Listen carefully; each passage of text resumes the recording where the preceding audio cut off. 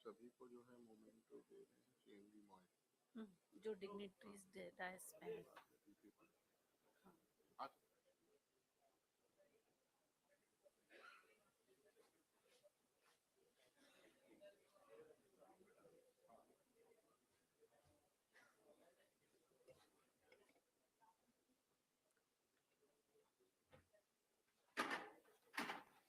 एक minute sir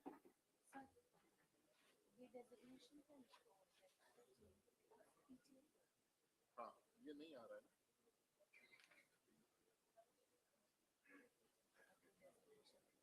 ये दो हो गए DDG सेफ्टी डायरेक्टर जनरल और western zone Shri Ramakal COAM IBM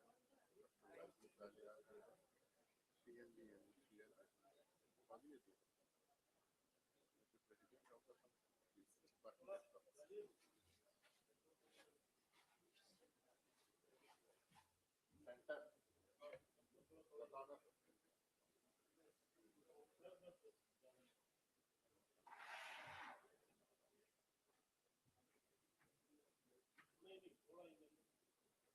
table का जोड़ पड़ रहा है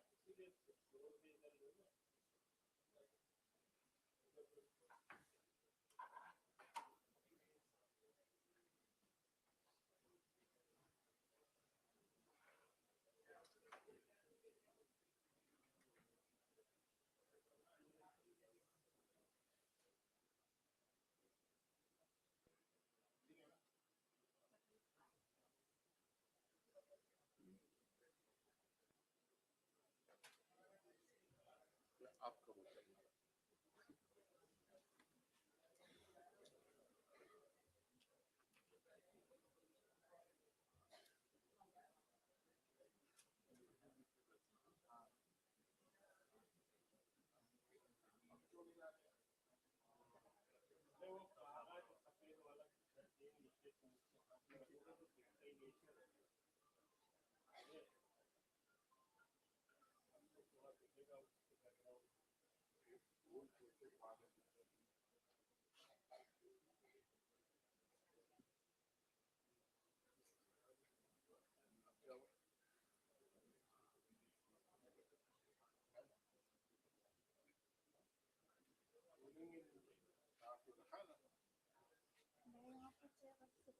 यहाँ बैठना है आपको मैं दे दूंगा कुर्सी पहले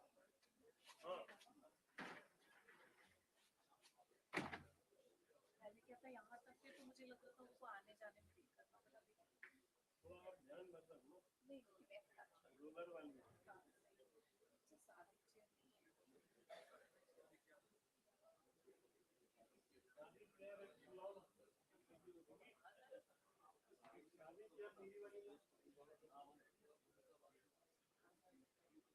शादी वाले लेकर पटाखे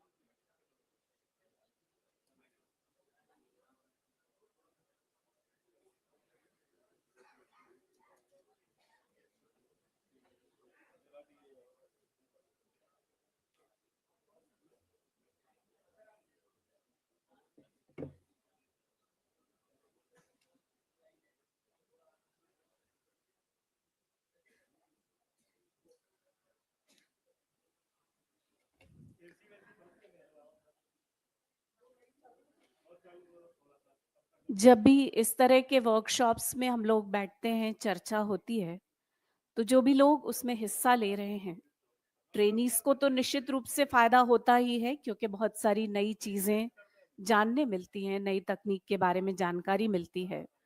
पर ट्रेनर्स के लिए भी वो फायदेमंद होता है, क्योंकि उन्हें फीडबैक मिलता है। और खासतौर पे इस तरह का वर्कशॉप जहां साइंस और इंडस्ट्री एक प्लेटफॉर्म पे हैं। तो जो टेक्नोलॉजी को डेवलप कर रहे हैं, उन्हें जब ये फीडबैक मिलता है कि क्या परेशानियां हैं फील्ड में या किस चीज़ की ज़रूरत है, तो उन्हें अपने आगे के रिसर्च की डायरेक्शन मिलती है। इसलिए ये ज़रूरी होता है कि साइंस अपना काम आइसोलेशन में करे और इंडस्ट्री अपना काम आइसोलेशन में करे, उसके बजाय दोनों एक साथ मिलकर एक दूसरे से चर्चा करके एक दूसरे को फीडबैक देकर अपना काम करें। तो वो जो दोनों का ही काम है वो दोनों ही के लिए ज़्यादा लाभदायक होता है।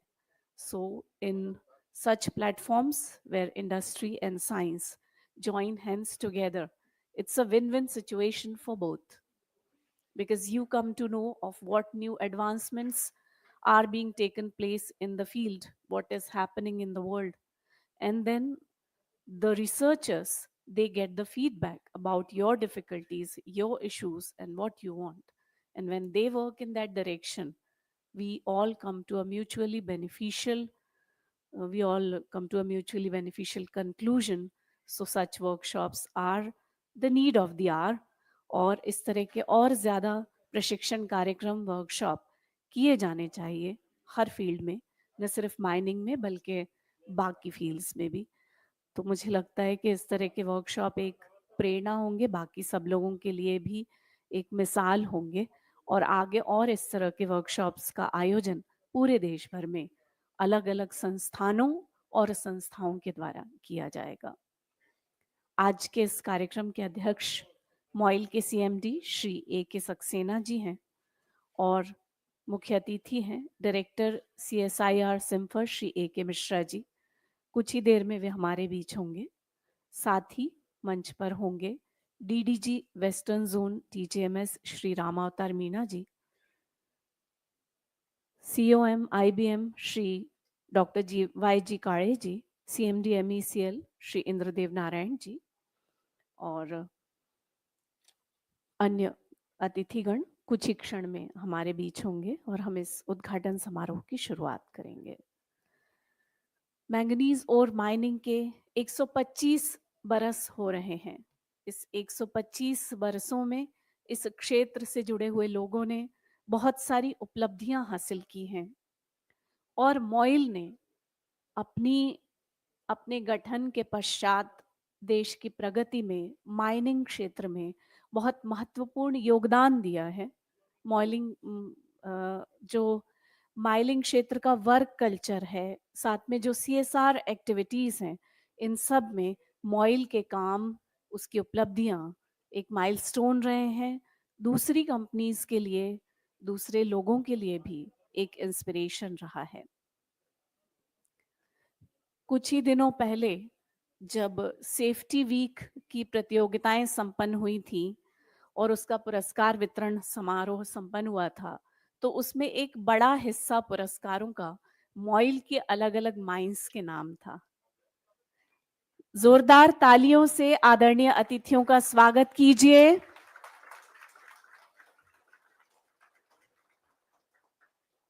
A very warm welcome to Honorable Shri A.K. Saxena ji, CMD MOIL, and the President of the inaugural session of this workshop.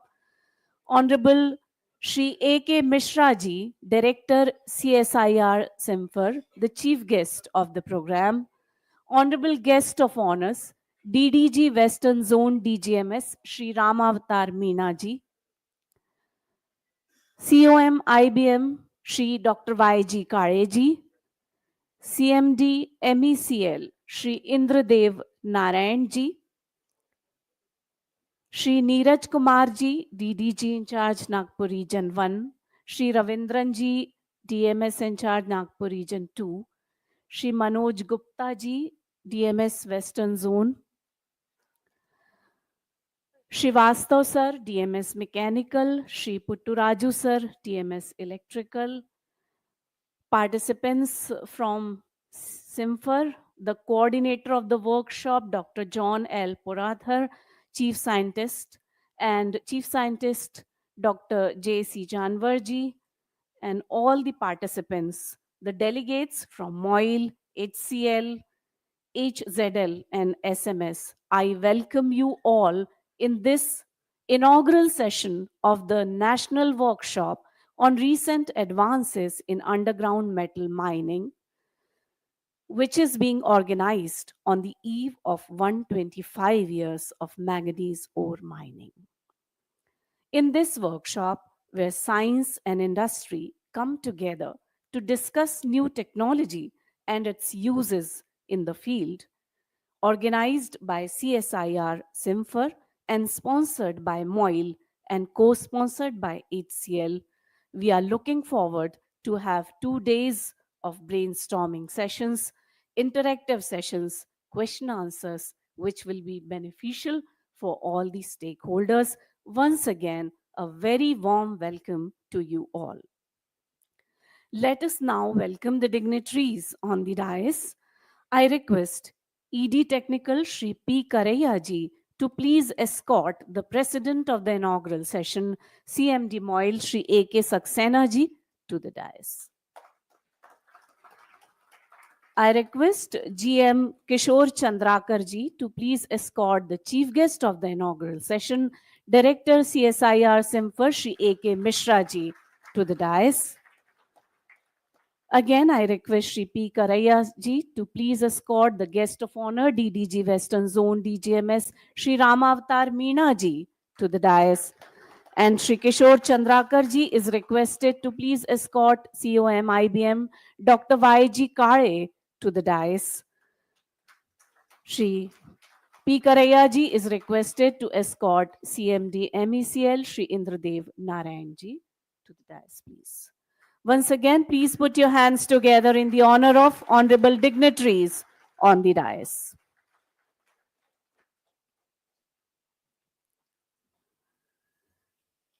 And as we inaugurate this 2 days national workshop in this season, as full of spirit as we all are, I request Shri P. Karaiya ji, ED Technical, to please present a plant sampling, a shawl, and Shrifal to the President of the function, Shri A.K. Saxena ji, as a mark of respect and honor. कार्यक्रम अध्यक्ष श्रीमान A.K. Saxena ji का स्वागत Shri P करैया जी कर रहे हैं। निवेदन है श्री किशोर चंद्राकर जी से कि वे कृपया मंच पर मुख्य अतिथि श्रीमान A.K. मिश्रा जी का स्वागत करें। Director CSIR-CIMFR to be welcomed by Shri Kishore Chandrakar.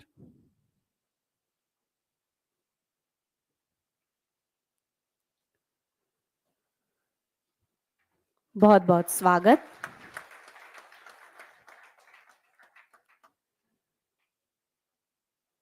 Shri P. Karaiya ji is now requested to please welcome guest of honor Shri Ramavatar Meena ji, DDG Western Zone DGMS. विशिष्ट अतिथि श्रीमान रामावतार मीणा जी का स्वागत।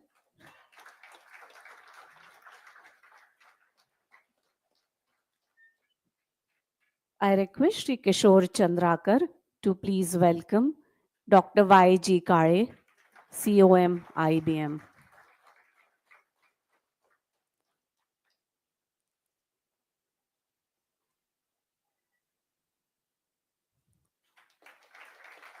And once again, I request Shri P. Karaiya to please welcome Shri Indradev Narayan ji, CMD MECL. Shri Indradev Narayan ji, CMD MECL का स्वागत।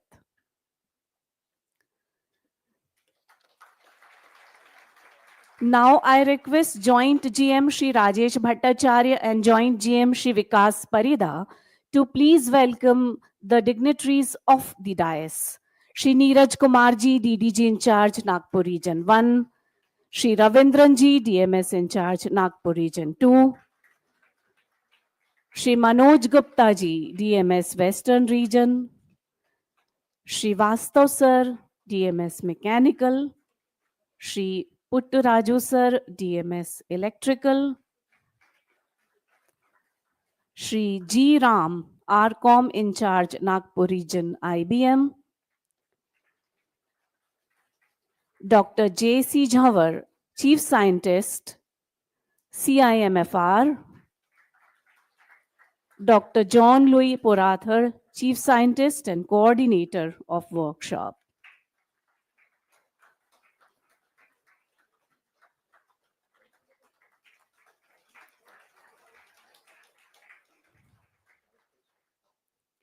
Also, the directors of MOIL, Shri Rakesh Tumaneji, Director Finance, Mrs. Usha Singh, Director HR, Shri M. Abdullah, Director PP, and Mrs. Rashmi Singh, Director Commercial.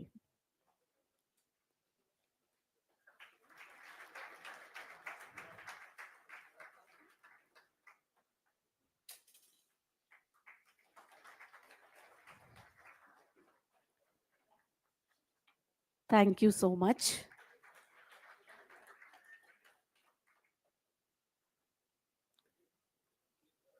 And this workshop, where we are to enlighten us on recent advances in underground metal mining, let us now light the traditional lamp to mark an auspicious beginning of the workshop. I request Honorable President, Chief Guest, and Guest of Honors to please mark an auspicious beginning of the workshop by lighting the traditional lamp. Let us now invoke the divine blessings by saying, Deepadeva Namastubhyam Timiro Nashitastvaya Swayam Jvalana Prakasham No Yachasi Tvamudarati.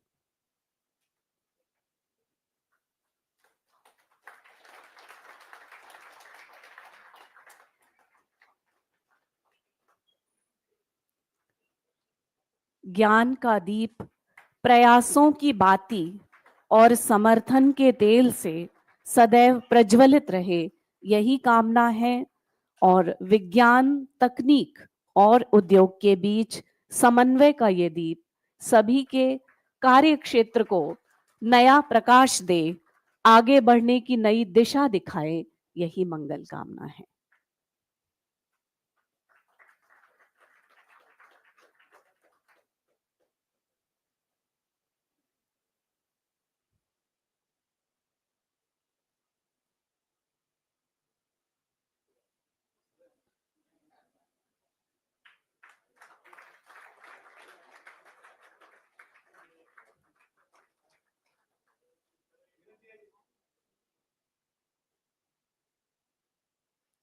जो दीप सभी के सहयोग से जलता है वो ज्यादा देर तक प्रज्वलित रहता है, इसीलिए सभी को आमंत्रित किया गया है इस दीप प्रज्वलन के लिए। The workshop, which is being organized by CSIR-CIMFR and is being sponsored by MOIL and co-sponsored by HCL. And we have participants from MOIL, HCL, Hindustan Zinc Limited and SMS. अब समय है आप सभी का शब्द सुमनों से स्वागत करने का। Let us now listen to the sweet words of welcome, and I invite Shri Rakesh Tumane ji, Director Finance, to please deliver welcome speech.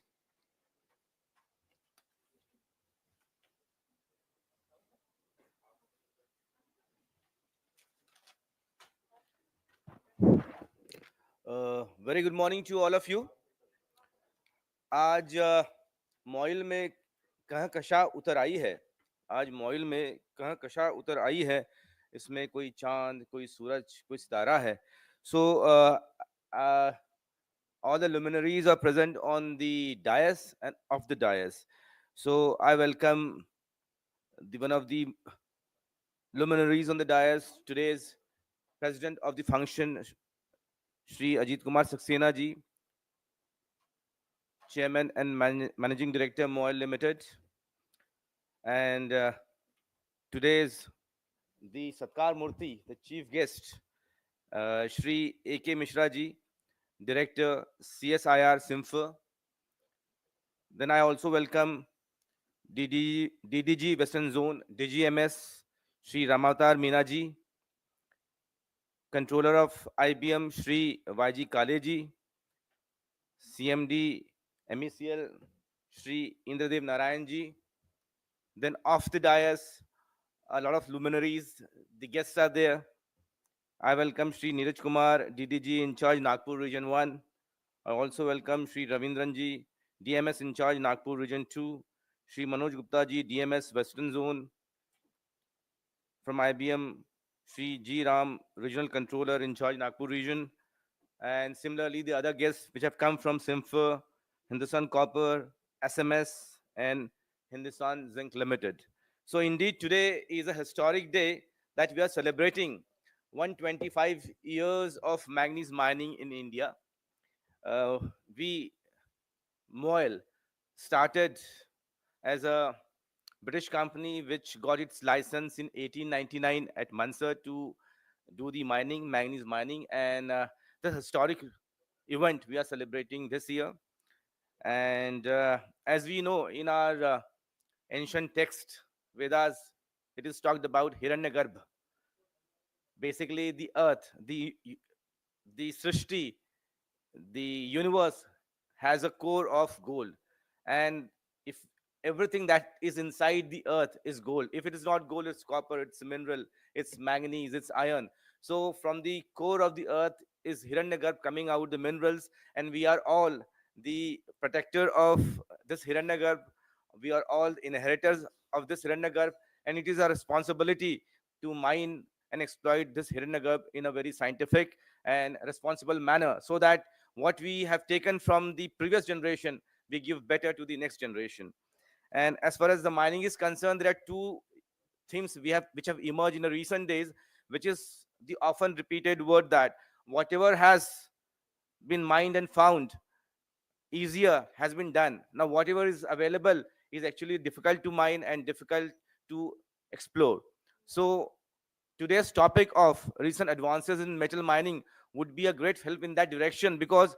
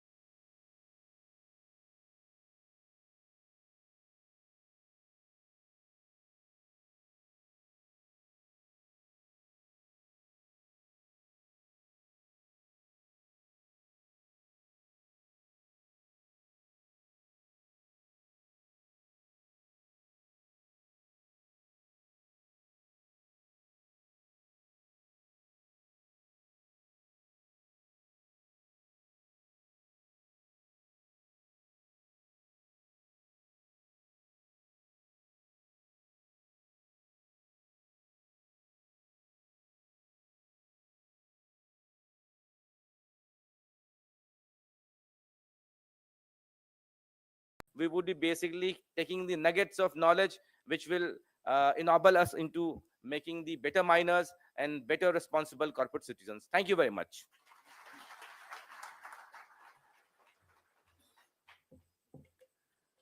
Thank you so much Tumane sir. आमतौर पे फाइनेंस वाले जब बोलते हैं तो लोग सतर्क हो जाते हैं कि शुरुआत किस चीज से होगी, मगर उन्होंने शायराना अंदाज में शुरुआत की थी, तो उसी को कंटिन्यू किया जा सकता है कि कल जब इस वर्कशॉप के बारे में बात होगी कि भाई कौन कौन था, तो क्या कहें कि उस बज़्म में कौन आए हुए थे, सूरज भी, माहताब, सितारे भी वहीं थे, ये सभी लोग कहेंगे।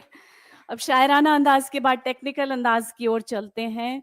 I now invite Dr. John Louis Porathar, Chief Scientist, CIMFR, and the coordinator of the workshop, to throw more light on the importance of this topic and brief us all about the workshop.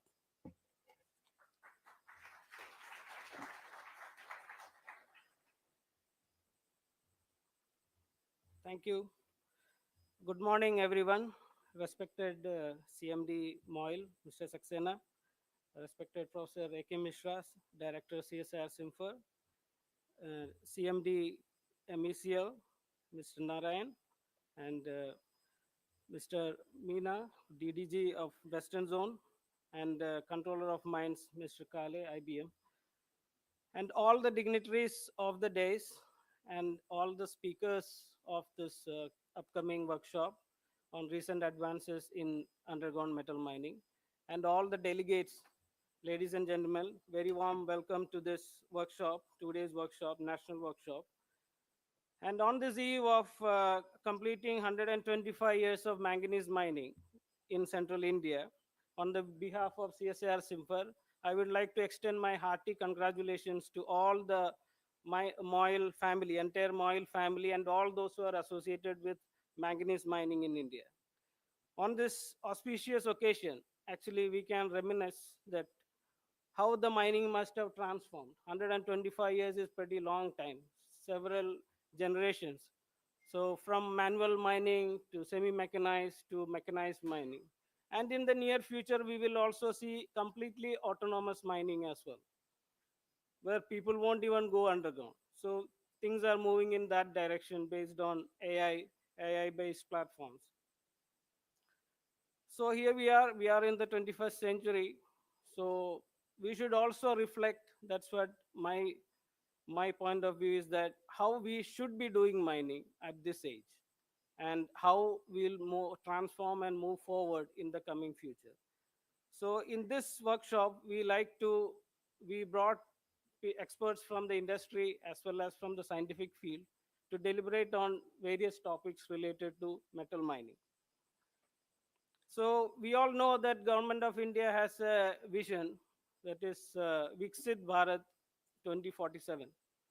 So, and the concept of becoming a developed nation, it should percolate to all walks of our lives.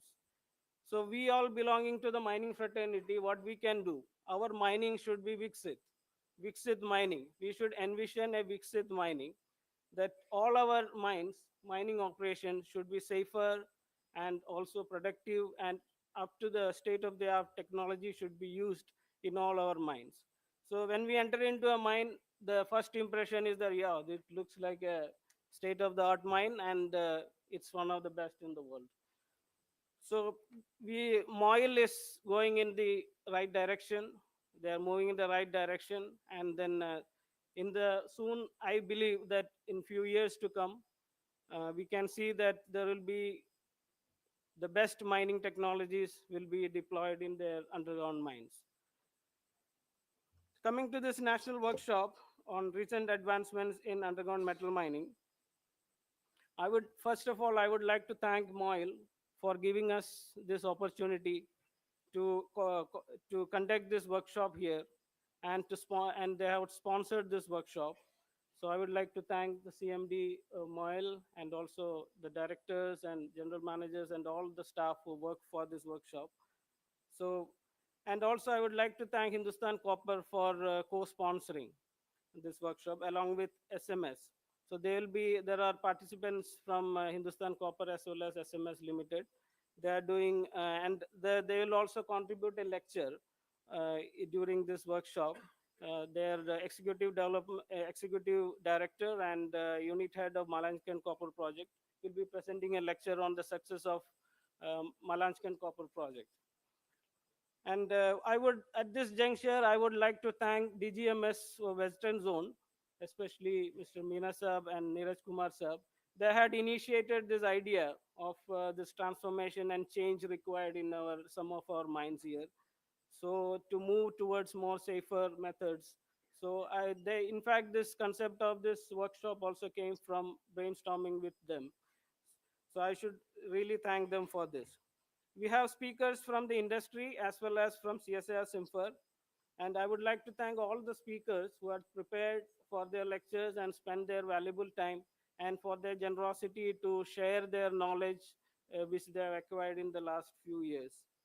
And I should say that about 10 years ago, a joint team of CSIR-CIMFR scientists and Hindustan Zinc Limited engineers, we had visited some mines in Western Australia to see how they are doing the paste fill method of stoping in underhand mining, overhand mining, etc. So because it was not known in our country. and people were little bit they were doubting whether this underhand mining, how the backfill will stand there.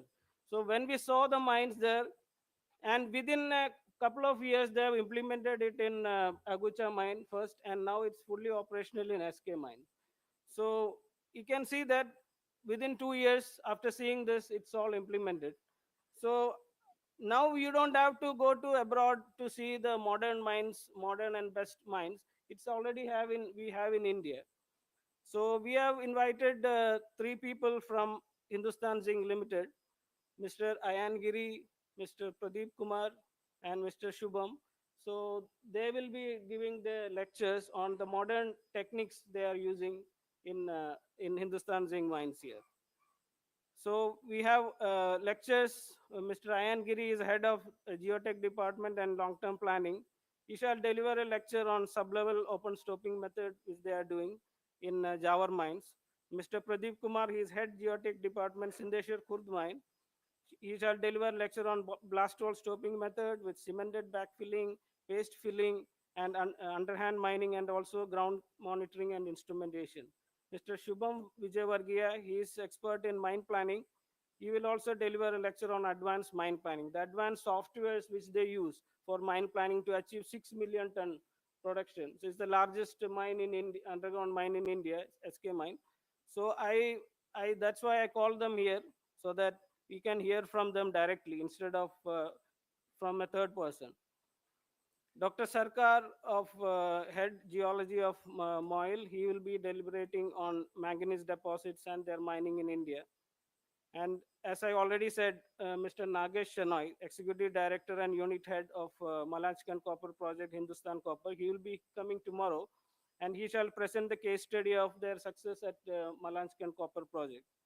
And from CSIR-CIMFR, there will be 5 lectures in various topics related to application of numerical modeling for underground metal mining, design of paste fill and cemented hydraulic fill by Mr. Prashant, he is head of mine backfilling department, CIMFR, Dhanbad, and open pit slope stability in metal mines by Dr. J.C. Jawar, and transition from open pit to underground and the cap rock design by Mrs. Chandrani Prasad Verma, and blast design for underground metal mines by Dr. Vivek Himanshu, senior scientist from Dhanbad, and rock mechanics and instrumentation by Dr. Manoj Bagde, and roadway support design by Nageshwar Rao, technical officer. So these are the lectures which will be covered in 2 days. And there are delegates who have joined, and I'm really thankful to all the delegates who have joined. And there are many delegates from MOIL. And apart from MOIL, there are delegates from Hindustan Copper Limited, SMS Limited, AP Trivedi and Sons, Indian Metal and Ferroalloys, IMFA, Orissa Mining Corporation, Hatti Gold Mines, Gemco Technology Services. So we all are here from various mining companies. So it will help to interact with each other. And I wish that this workshop will be really fruitful to all of you. And the lectures will be more interactive in nature, and please make them more lively. And I would like to state one thing, that this workshop is not just for knowledge gaining and learning. So this has a specific purpose, and we like to see tangible results in the coming few years. When you go back to your respective minds, that you should bring the changes in your mind. Whenever there is a unsafe practice or anything you observe, you should be the one to point out. You may be junior or you may be middle management, doesn't matter. So you should bring the change in you. So in the coming few years, I think MOIL mines will become one of the best mines, state-of-the-art mines in the country, and people will come to see the mines in MOIL, to see the most advanced technologies being practiced. So with this humble words, I would like to close, and I once again thank all of you who are present here, and I wish the very best for this workshop. Thank you all.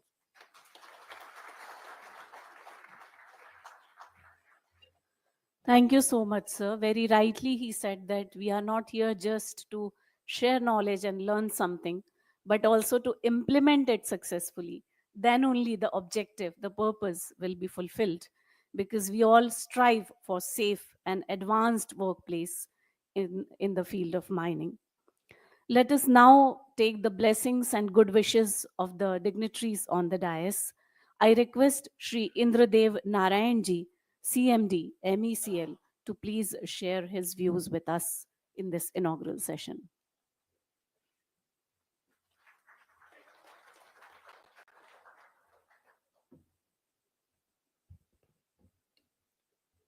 Thank you, ma'am. Honorable Shri A.K. Saxena Sahab, President of the Function, CMD MOIL. Chief Guest of the Function, Shri A.K. Mishra Sahab, Director, CIMFR. Shri Ramatar Meena ji, DDG Western Zone, DJMIS.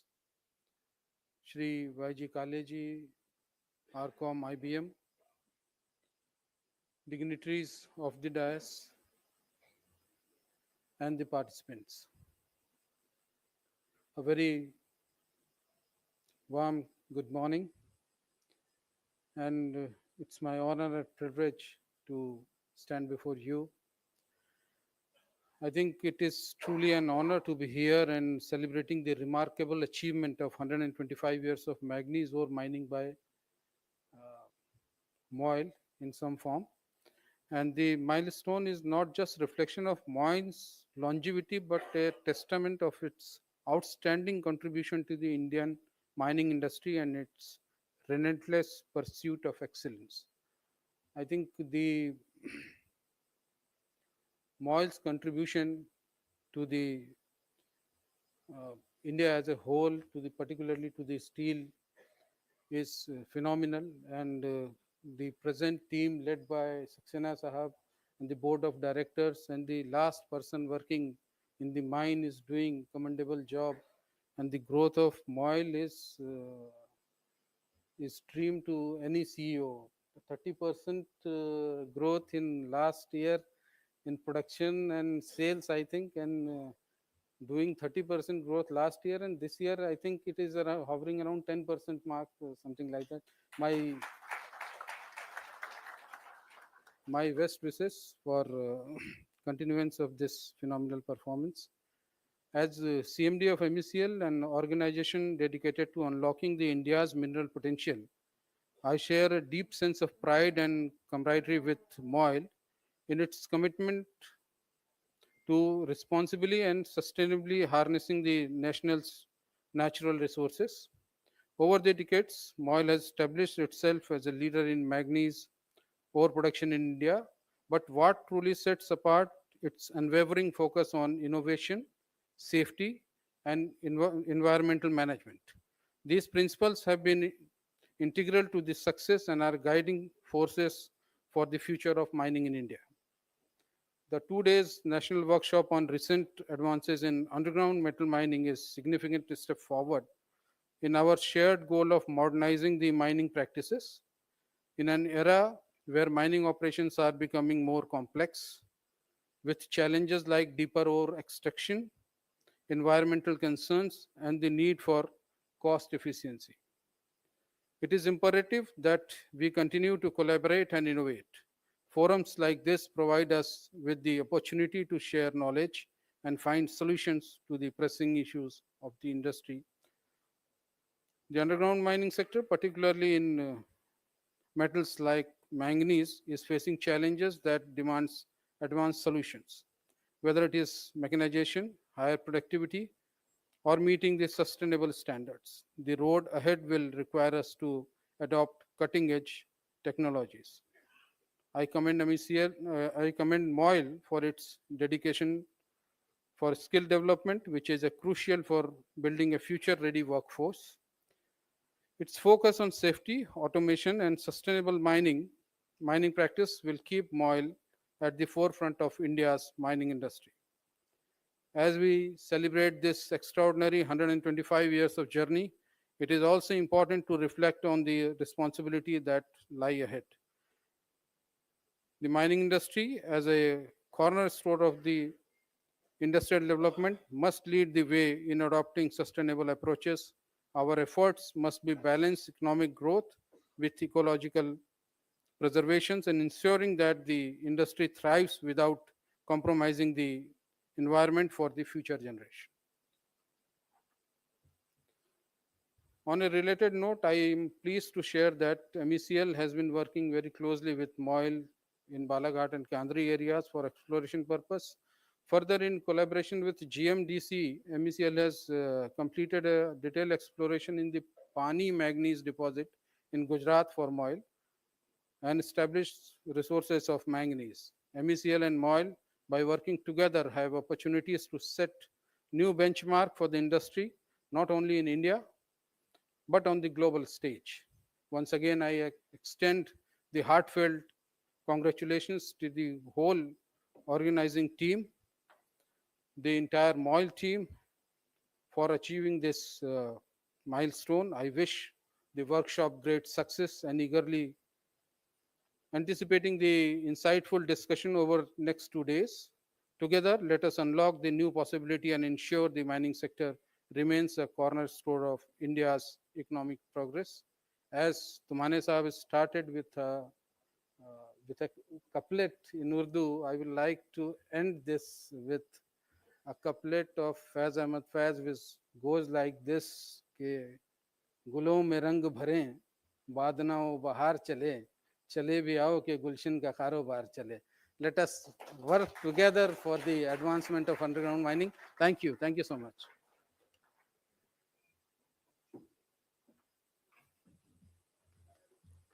Thank you so much, sir. And as he said, indeed, we must adopt a sustainable approach for a better future. And it's great to know that mining world is changing for better with technology. I now invite COM IBM, Dr. YG Kareji, to please say a few words on this occasion.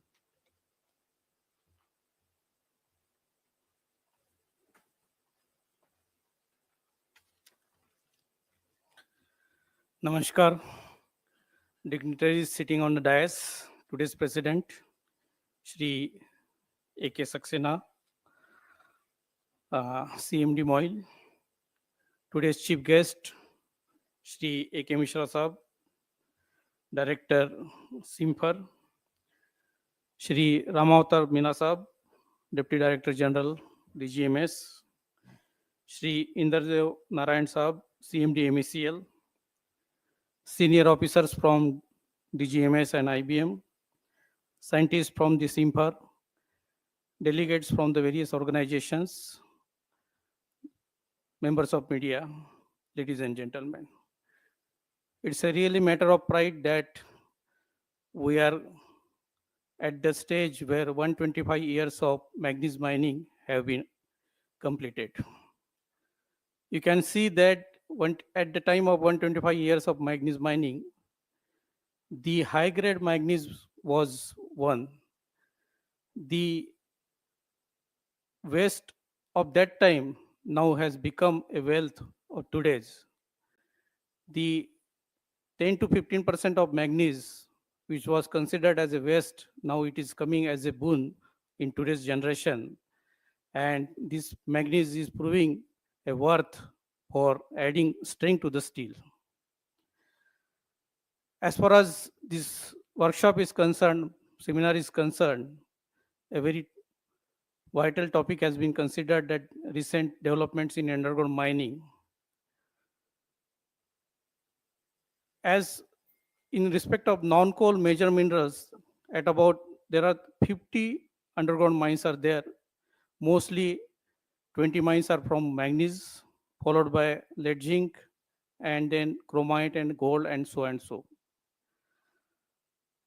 As in the welcome address, Sri Tumane Sahab has told that we had to achieve to less carbon footprints, and our country has committed that we have to achieve 500 gigawatt by reducing carbon intensity by less than 45% in 2030 compared to 2005 level. and net zero by 2070. And for this purpose, we have to depend on the non-fossil energy resources, and for this purpose, we have to mine the critical minerals. As we have, India has declared 30 types of critical minerals, and out of these 30 critical minerals, we, at present we have only 14 critical minerals available, and we are fully dependent on import of 16 type of critical minerals, mainly from China and other countries. And out of 14 minerals, which critical minerals which are available, only in respect of 7 minerals we have reserves and resources proved. But in respect of 7 critical minerals, we don't have even reserves proved, only we have resources. So there is a need that we should concentrate our efforts towards the proving of these critical minerals. And for this purpose, once these minerals are proved, the underground mining can prove a very good solution to sustain our economic growth, because now the future growth is depends on these uh, critical minerals. With these words, I once again congratulate the MOIL and CIMFR for organizing this workshop on this topical interest, and wish all the success for the deliberation of this workshop. Thank you very much.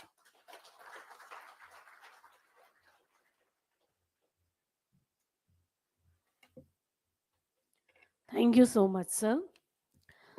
Well, it is now well known in the field of HR that training is not an expense, but it is an investment in human capital. So, this workshop is also an investment which will give great results in future. And on this note, I request DDG Western Zone DGMS Honorable Shri Ramavatar Meena ji to please share his views with us.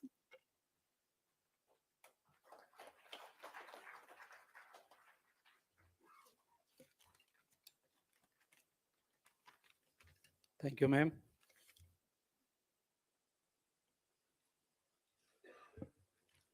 Respected Sri A.K. Misra Sahab, Director CSIR-CIMFR, and Chief Guest of this today's workshop, Sri A.K. Saxena Sahab, CMD MOIL, Sri I.D. Narayan Sahab, CMD MECL, Sri Y.G. Kale Sahab, COM Central Zone IBM, Sri J.C. Jhamar Sahab, Chief Scientist, CIMFR, Coordinator of this workshop, Sri John Louis Sahab, my colleagues from DGMS, Sri Neeraj Kumar Sahab, DDG, Sri M.K. Gupta Sahab, Director Western Zone, Sri Ravinder Sahab, Sri Puttaraju Sahab, Sri Srivastav Sahab, Director P&P, Sri M.M. Abdullah Sahab, Director Finance, Director HR, Director Commercial, learned speakers, all senior officers of MOIL, SCL, SZL, SMS, all delegates, good morning to all. On the event of 125th years of mining of manganese ore, CSI-CIMFR, in collaboration with MOIL and SCL, organized this 2 days workshop on recent advances in underground metal mining. It came to know that a wide range of topics such as metal mining methods, empirical approach to support and stop design, rock mechanics instrumentation and monitoring, blast design, cement rock filling in underground mines, geotechnical advances in metal mining, mine automation and other modern mining machines, and other underground mining related topics will be covered in this 2 days workshop. I congratulate and thanks to CSIR-CIMFR for organizing such workshop covering all relevant topics of underground metal mining. I wish for grand success of this workshop and hope that operators will be benefited by this workshop. In this year, number of accidents occurred in underground metal mines, not only in MOIL, but also in SCL, SZL, due to roof fall-off sites. On this occasion, I humbly request to you all, please make full use of whatever knowledge, experience, safe practices will be shared by the speakers in this workshop. Take help of reputed scientific bodies such as CIMFR and other experts of underground mining field in planning and design of your stope, method of working, support system, monitoring of strata, including modern mining machines and including automation. You should give your 100% for systematic, scientific, and safe mining to achieve your production target with maximum productivity but zero harm potential and contribute in countries growth. जैसे कि अभी बोला था कि हमारा जो विकसित Bharat 2047 developed India, उसमें हम सब भागीदार बने, यही सब हमारा लक्ष्य होना चाहिए. Give top priority to safety and health of workers working in underground mines. More steps to be taken toward digitization of record, especially related directly to workers, such as initial medical examination, IME and PME, and also records of vocational trainings. More focus to be done on vocational training and skill development, especially for contractual workers. You should go for use of artificial intelligence to find out unsafe practices, unsafe acts, and unsafe workings for betterment of safety and productivity. At the end, I request to you all once again to produce maximum productivity, but safely with zero accident and zero harm. Thanks to Director CIMFR, CMD MOIL, and their team to give me opportunity to share my views. And thanks to all for listening me patiently. Thanks all.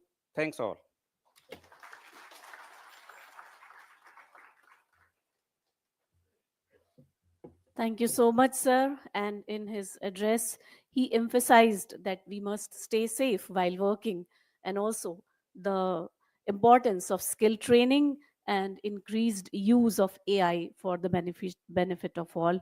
Thank you so much. It is time now to release a souvenir to mark this workshop, which is being organized on the eve of 125 years of manganese ore mining. मैं मंचासीन अतिथियों से निवेदन करती हूं कि इस विशेष अवसर पर इस वर्कशॉप का आयोजन किया गया है, तो कृपया इस अवसर पर एक स्मारिका का विमोचन अपने कर कमलों से करें.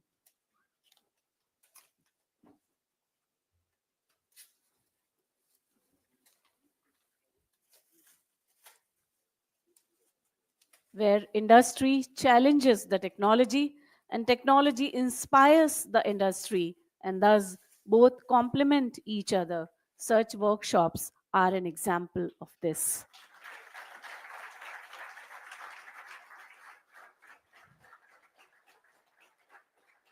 So with the release of this souvenir, all the best to all those who are associated with this workshop and this initiative.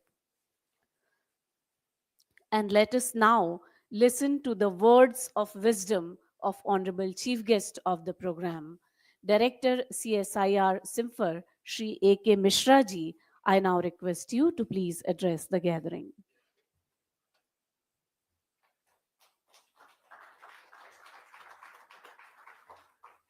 Thank you very much, madam. आप सभी को सप्रेम नमस्कार और इस सभागार में आप सभी का स्वागत है। Honorable CMD of MOIL, Sri A.K. Saxena Sahab, Sri RAUMM-24 ji, DDG DGMS, Sri I.D. Narayan ji, CMD MECL, Sri Y.G. Kale ji from IBM, all other dignitaries, all other directors of MOIL, other dignitaries from DGMS, Hindustan Copper Limited, my fellow scientists from CSIR-CIMFR, participants, delegates from various industries, researchers, students, ladies. I can see, we boast the first mining engineer who is working with us, and all other ladies who are present here, and friends from press and media. Indeed, it's an honor and privilege to be here. I'm really delighted to be amongst you on the occasion of 2 days national workshop on recent advances in underground mining, metal mining. If you look up the contribution of mining industry to India's GDP, it nearly comes out to be somewhere around 2.5%, which seems to be very, very low compared to the other industries. But probably for getting in here, some of you might have traveled in by using aircraft or by car, might have come by bike or bicycle, whatever it may be. Everything ultimately was being, it started its journey, let it be automobile or your bike, it started its journey from a mine. So the raw material gets in from a mine and you get in final a product. And the building in which we are sitting in, this building is not possible if you don't have a mine. You will never get a cement, you will never get steel, and so on. You can't even think of fertilizers. So if you look up, you can't even think of power. Let it be thermal power, hydropower, or renewables. So nothing is possible without a mine. So its contribution to the GDP is much, much more than what it looks like. And we all must appreciate the commendable job done by MOIL. For the last 125 years, they have contributed in the development of country's economy, the service which they have rendered to the economic building of the country, and the contribution of each and every one of MOIL family, the miners who go deep down the mine, and the kind of time, effort, energy, and sweat being provided for running the economy, being the prime mover of the economy of the country. There used to be, a kind of joke when we joined as management trainee in an underground mine. I also started career from an underground mine. Aapka beta kaisa hai? Somebody asked to a colleague, to a mining engineer. So he said, he is okay and he is this big. So this big, usually people say my kid is this tall or this tall. So whenever I get in home, he is sleeping. When I move out, he is still sleeping. So that is the kind of contribution which miners have done to the development of the country, and so is the MOIL. So we really commend the contribution of MOIL. Now, everywhere at all forums, I'm also part of a task force constituted by Government of India responsible for providing a policy framework for greening of mining and refining industry. Similar is greening of steel sector and other sectors. And before me, speakers have talked about our commitment to the global community in terms of climate change. And when we look up this renewables, let it be, solar or wind or hydro, even nuclear. Just I will give you one is a very small example. When there is a move that all vehicles need to be converted to EV. Even in Nagpur, the city buses, somebody told me that they are battery operated city buses. So EVs is a drive. An electric vehicle, depending on the size and capacity, on an average uses around 80 kg of copper. A hybrid vehicle consumes 40 kg. Gasoline powered vehicle consumes 20 kg. So the quantum of copper increases. Similarly, if you look up 3 megawatt wind turbine, that consumes somewhere around 4.7 tons of copper. Again, for wind turbine per megawatt, around 120 tons of steel is required. And for solar, around 5 tons per megawatt of power. So that is the quantum of copper requirement which will move up. I'm just talking about copper alone. Apart from copper, you have got your critical minerals, your RE, your magnets, permanent magnets, in all renewables. And the shallow deposits are becoming, because we have already exhausted that, so that's not available. And even if it is available, the lease is available for coal, I'm not talking about metal, there is a big issue of acquiring the land and starting the mine operation. Because of being populous country, there are villages and then R&R, better the scenario in the country. So ultimately you have to go underground. So the kind of open cut operations in coal, what we do have, our target is by 2030, 100 million tons we will be going from underground. We'll be doing from underground right now, hardly 33 million tons. For metal, we have to go further deep down. When we go deep down, the issues and concerns are severe in terms of ventilation. And if you look up for underground metal mine, as you go deeper, the energy consumption alone for ventilation is somewhere 45% of the energy consumption. When we look up for the beneficiation, as our ore grade is slowly declining, the cost, energy, and the greenhouse gas, that impact on greenhouse gases, that again increases because your grade is lowering down. So it's a vicious circle wherein you are bound to go much deeper. You need to go for lower grade. I remember, some time back, the kind of iron ore cutoff grade which we used to have, and right now what we do have. Similar was the scenario for copper. Probably would have been for manganese as well. So you are going deeper. You have got an issue of ventilation. The cost is increasing. Automation, digitalization, utilization of AI, ML, what we are talking about, that is the way forward. But at the same time,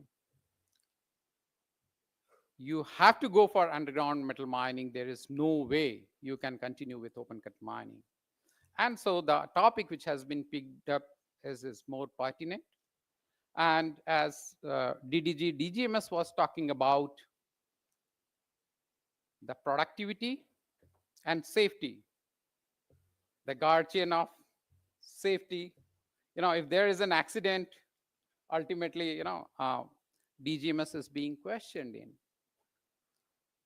But at the same time, I still remember long back, there used to be a saying, DuPont Safety, they stated that if there is an accident,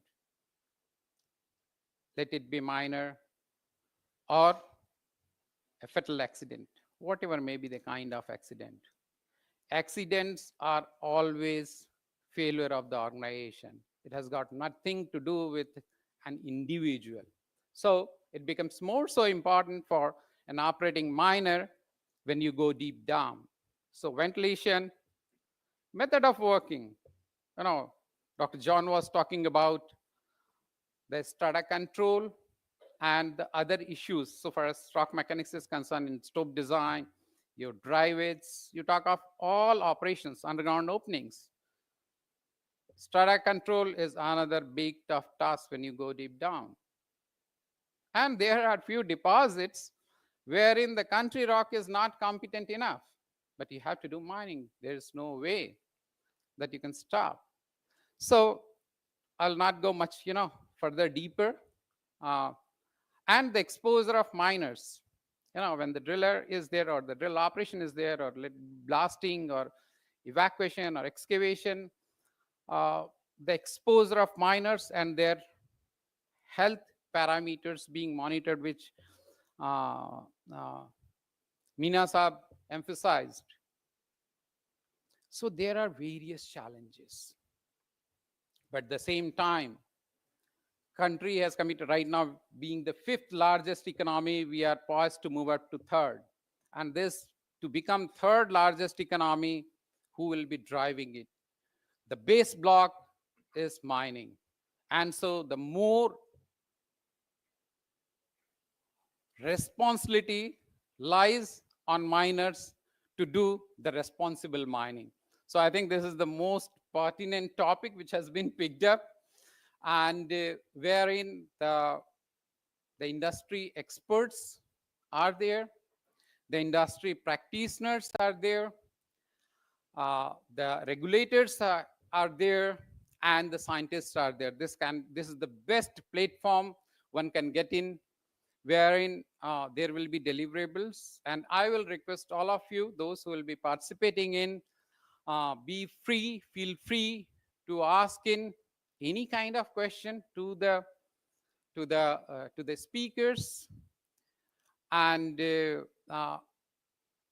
pose in whatever issues, problems, concerns, challenges is being faced by you at the mine level, and try to get the solutions. Right now, there will be few which you'll get in off the shelf, and for some of your challenges, probably a scientific intervention will be required. And scientifically also, we have progressed a lot in terms of mining, non-mining, all. You talk of all. So I think this is the best platform. I will urge all of you, please take advantage of this workshop. And once again, from deep core of my heart, I will put on record the appreciation and a big congratulations to Sri A.K. Saxena Saab for achieving the remarkable milestone of 125 years completion in service of the nation. So with these words, thank you very much to all of you, those who have gathered in here. Thanks a lot, and I wish a great grand success. Jai Hind. Thank you.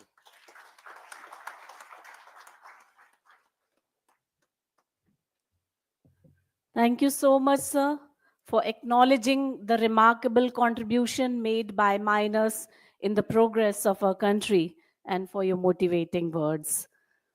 Well, we all are here in this workshop to raise new questions, think of new possibilities, to regard old problems from a new angle, requires creative imagination, and we are ready to do that and mark real advance in science and in our field.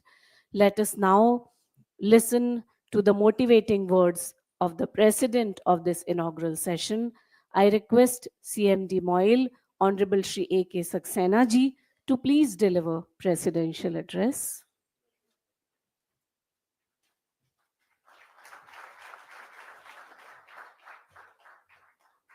Good morning. Today list of dignitaries is very long, so I have to carry this paper. Today's guest of honor, Shri Mishra Saab, chief guest. Today's chief guest, Director CIMFR, CSIR-CIMFR, Shri Ram Avatar Meena ji, DDG Western Zone, DGMS, Dr. YG Kale, Control of Mines, IBM, Shri Indradev Narayan ji, CMD WCL, Shri Neeraj Kumar ji, DDG in charge Nagpur Region 1, Shri Ravindran, DMS in charge Nagpur Region 2, Shri Manoj Gupta, Shri Srivastav ji, Shri G. Ram, Shri J.C. Janwar, Shri John Louis Parthar, and all the participants from different organizations, researchers, students, my fellow directors, my team from MOIL, ladies and gentlemen, and all those who have not been covered under this category. My apologies to them. It's a very big conclave of dignitaries or future dignitaries who are here to contribute in such a historical moment. When we were just identifying what could have been, or like even Mr. Indradev Saab was asking, this way you can celebrate many occasions, like 125 years or so. So the basic reason or basic theme of this kind of conclave or seminar is that is commemorate, celebrate, and deliberate. When we say 125 years of manganese mining or 125 years of any organization, so it is not MOIL. As when we were lighting the lamp, the lady was anchoring the program. She said कि जो दिया कई लोग मिलकर जलाते हैं वो दिया बहुत लंबे समय तक जलता है. So this 125 years of manganese mining done by MOIL or CPMO or by anyone, it is really commemoration not only to those, is not to remember only to not only those who have contributed in mining, but all that organizations, district authorities, IBM, DGMS, and whomsoever were responsible for that. So it's really a collective effort of so many years that we are here to commemorate that, and these are the persons who have given us a platform for where we are talking today. As rightly told by one of the speakers, that it is the waste of yesterday has become wealth today, and perhaps that has given rise to this concept of waste to wealth and circularity and many other things. So I think it is considered not good to be in past, but it is always good to learn from the things of past, because everyone's life is very limited, few years, 40 years of doing. So you don't have sufficient time to do a mistake of your own and then learn it. And that is why we must look back what all has been done, and what many times there are learning points even today, what has been done by our predecessors in past. So it is to commemorate all the efforts, all those who have given their life, all those who have given their ideas, their blood and sweat to make this organization and to make this successful operation of 125 years of mining. Celebration, yes, often mentioned in this whole calendar year, 35% growth of MOIL, and not only in production but in sales, in revenue, and many other things. So yes, there is a reason to celebrate, but more than celebrating is our vision. I mean, what we try to achieve. And here I would like to say what Prime Minister has already said, that in fact that is a trigger point for all of us, that self-reliance is not possible without a strong mining and mineral sector, because minerals and mining are important pillars of our economy. So what our chief guest has said, that 2.5%, perhaps developed economies do contribute to that tune of 8 to 10% in GDP through mining. So I think with the Prime Minister's vision as a starting point, having achieved this success of 35%, Now, what should be our vision? So vision, what MOIL has identified, that adhering to national steel policy of producing 300 million tons of steel by the year 2030, we would be required to produce at least 11 million tons of manganese ore. We decided with a very humble target of whatever we were producing till 21-22, we will be doubling it in 3 years' time. And I'm sure the way things are moving, that by the year 24-25, we will be achieving 2.4 million tons. That is what we are, 25-26, we will be achieving 2.5 million tons. Within 3 years' time, we will be doubling it. And whatever we have done in 23-24, that is 1.75 million tons. Within 6 years, that is 2030, we will be achieving 3.5 million tons. So with this kind of vision to contribute in the economy for producing 300 million tons of steel, what we have identified, that yes, we have to, we need to produce 30.5 million tons of manganese ore by 2030, we should have sufficient ECs with us. So we have decided to apply for 5 million tons of ECs by the end of 2025. We have, in the beginning of this year, we had ECs of around 2.5 million tons, precisely 24.88 lakh tons. This year we are applying to the tune of 10 lakh tons, and next year we'll be applying to the tune of 15 lakh tons, so that ECs do not come in our way of producing manganese ore. That is one part. Second part is exploration. Exploration, we have done nearly 42,000 meters in the year to 22-23. 23-24 we doubled it, and then it was 80,000, and now this year we are planning more than 1 lakh ton. So exploration side also, we have a vision of doing more and more of exploration and enhancement of ECs. And as far as equipping the mines are concerned, right now we are having 2 projects within our hand, which will getting completed sometime in 2025, starting from January to November. We are also planning to have 5 more shafts in different mines, 3 in Kandri, 3 in Buzur, 1 in Kandri, and 1 at Chikla.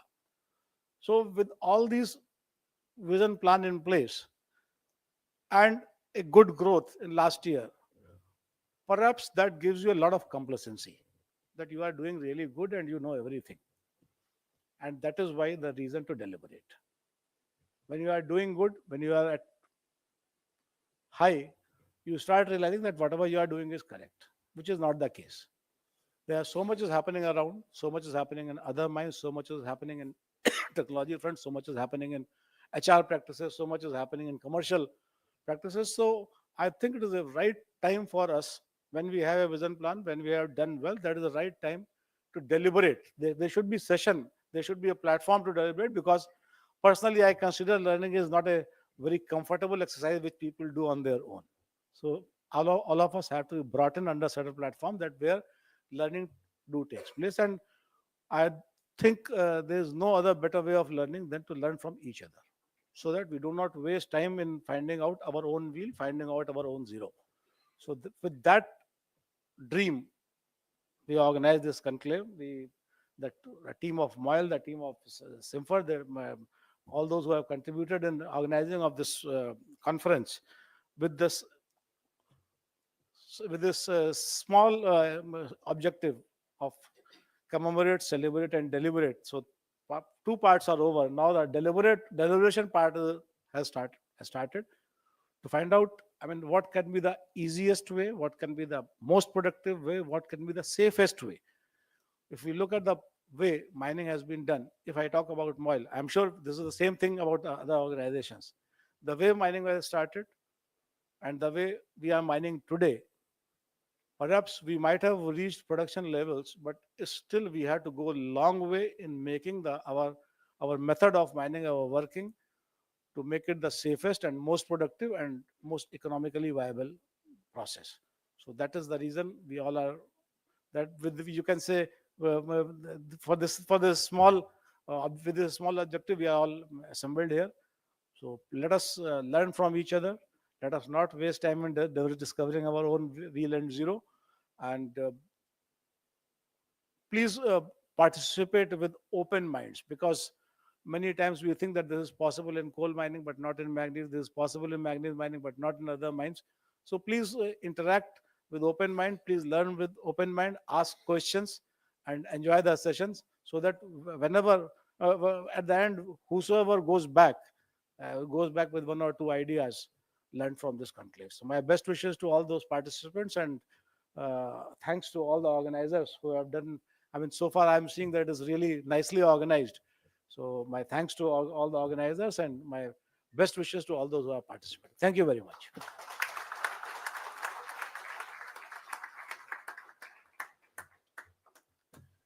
Thank you so much, sir, for your motivating words. It is time now to sweeten the moment by presenting mementos to the dignitaries on the dais as a token of appreciation and acknowledgement. I request CMD MOIL Shri A.K. Saxena sir to please present a memento to the chief guest, Director CSIR-CIMFR, Honorable Shri A.K. Mishra ji.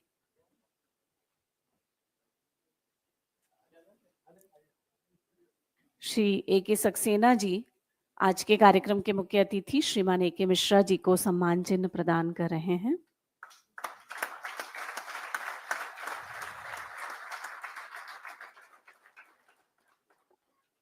I request Saxena sir to please present memento to Shri Ramavatar Meena ji, DDG Western Zone DGMS.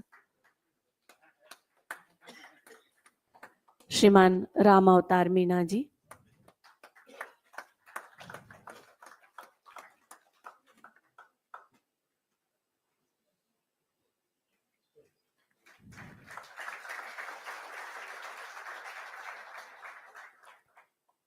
Memento to Dr. Y.G. Kareji, COM, IBM.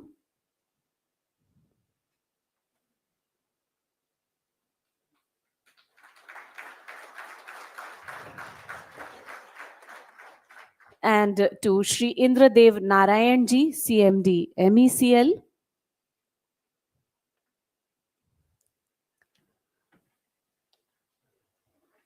A token of appreciation and thankfulness for gracious presence of the dignitaries.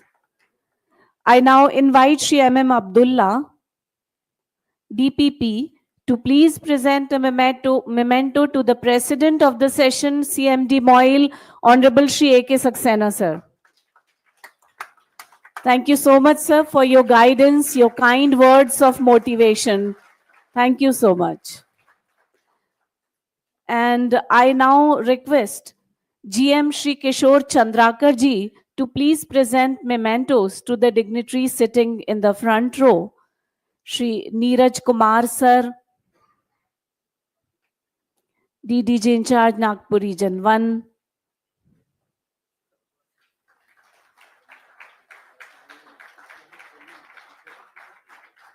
Memento to Shri Ravindran sir, DMS in charge Nagpur Region 2.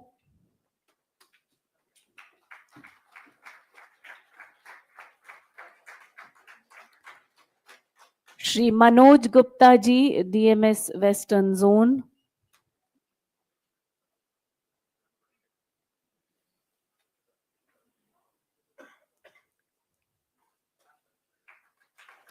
Shri Srivastav sir, DMS Mechanical.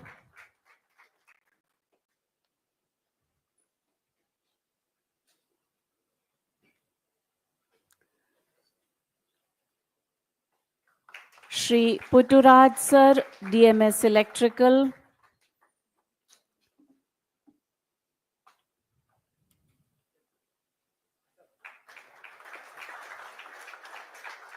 Shri G. Ram, RAUMM in charge Nagpur region.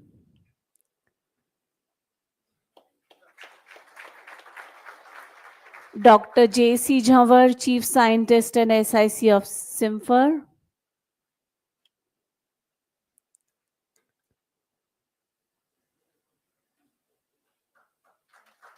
Dr. John Louis Porathar, Chief Scientist and Coordinator of Workshop.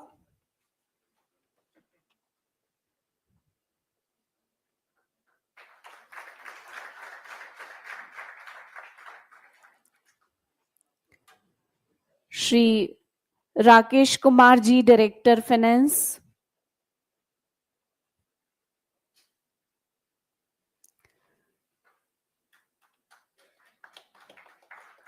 Madam Usha Singh, Director HR.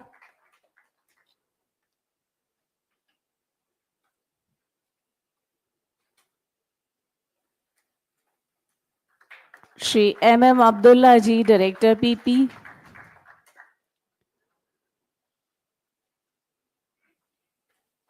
Mrs. Rashmi Singh, Director Commercial.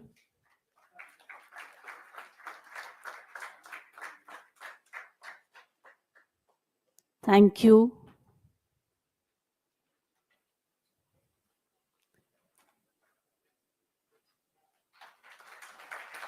And let us now conclude the inaugural session by listening to the sweet words of thankfulness and gratitude. I invite Shri M. Abdullah Ji, DPP MOIL, to propose formal vote of thanks. And before that, I would like to remind you all that you can watch this 2 days workshop online on YouTube. I mean, those who are not present here, you can share with them. And for getting the YouTube link, please contact Sushant Kulsumgeji.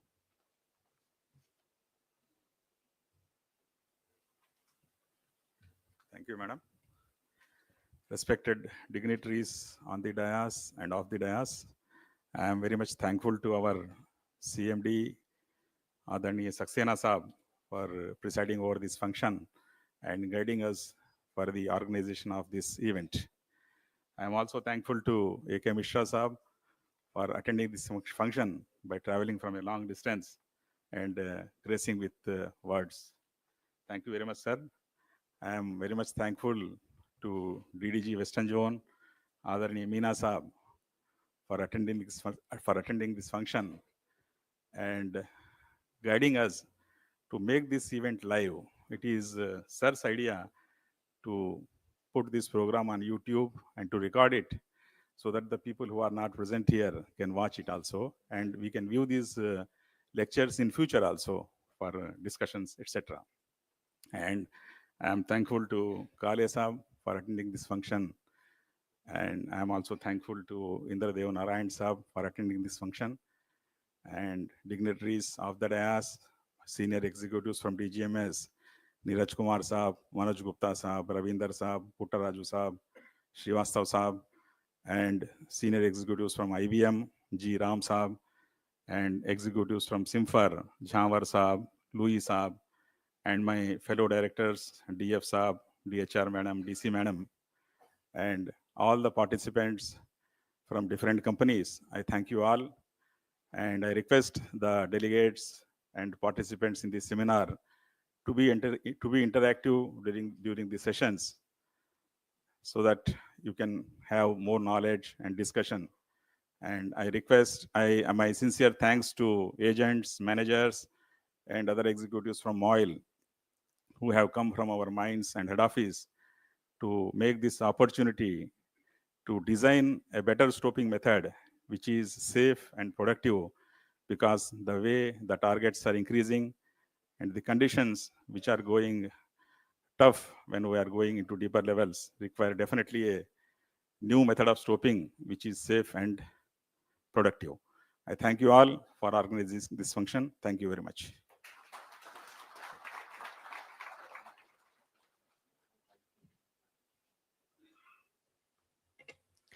Thank you to all the dignitaries, all the participants. With this, the inaugural session, with the permission of Honorable President, comes to a close.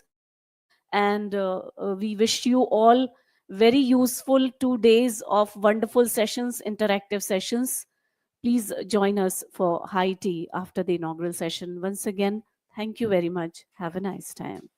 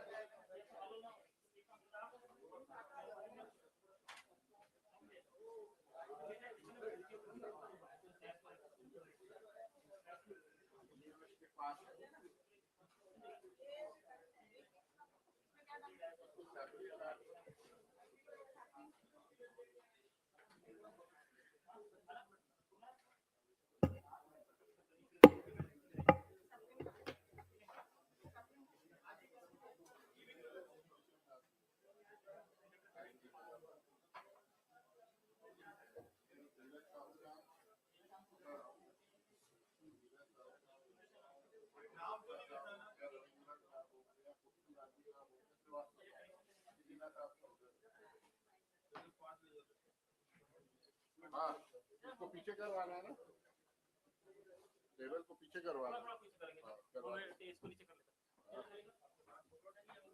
तू अब यहाँ रखिए, ये MECL से एक जन आए थे ना, सर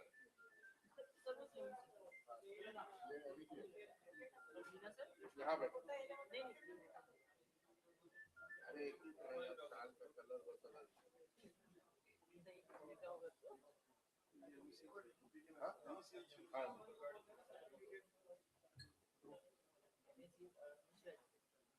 CMD का उसको भेज क्या हाँ दे दीजिए, मैं वहाँ जाऊँगा तो फट कॉल में दे देता हूँ। हाँ जी ये अब्दुल्ला साहब को खाली आपसे हाँ ये CMD साहब ये इधर आ इधर ड्रामाकार 5 वो डीजे मीना साहब का ड्रामाकार मीना साहब के 2 झोले हैं, वो गाड़ी में रखवाना पड़ेगा। और कौन कौन बची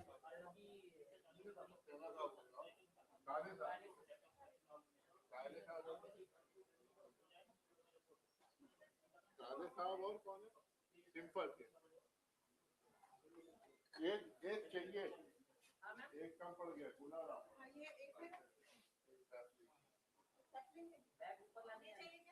वो नहीं मैडम उसको लगेगी हाँ ये एक गुनारा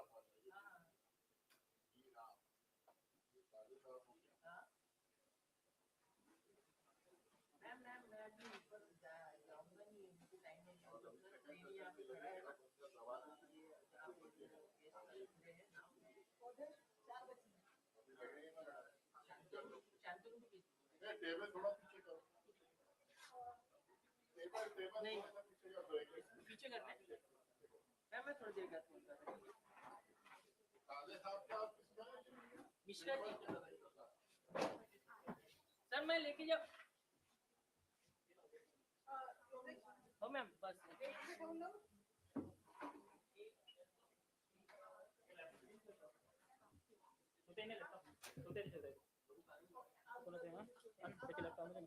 ये चार्जिंग से जो है ना बोर्ड चल इकडे खींच ना खींच सेफली बाजूला इथे सप्लाय आहे का इथे बोर्ड आहे का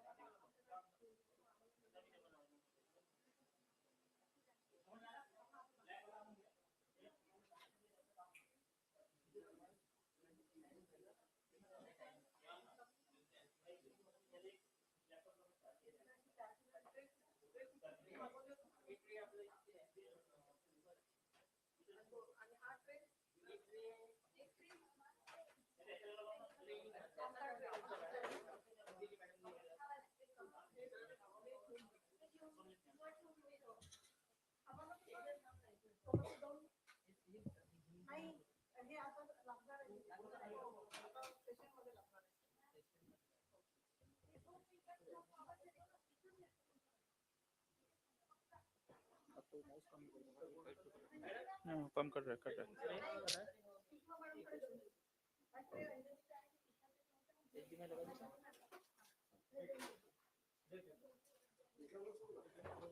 लगाइए स्क्रीन की में कैसा आ रहा है देख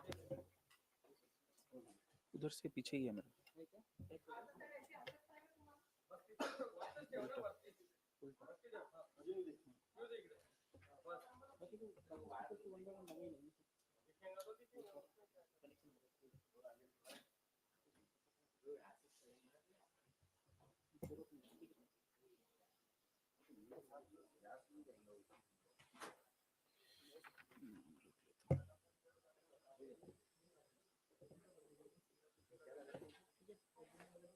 वो स्क्रीन चालू कीजिए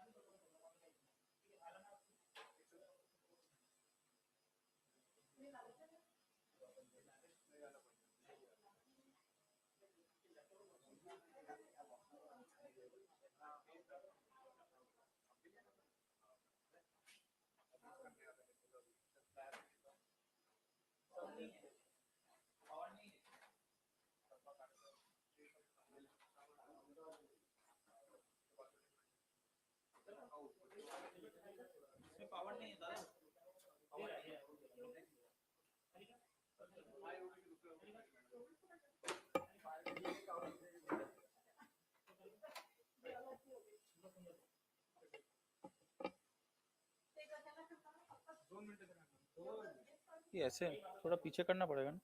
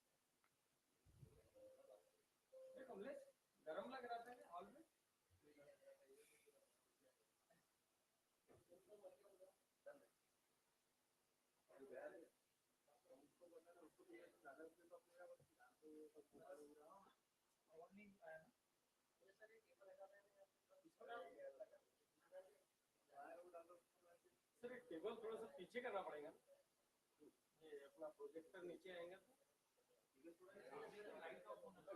नहीं, लाइट तो ऑफ है। हाँ दे दिया। हाँ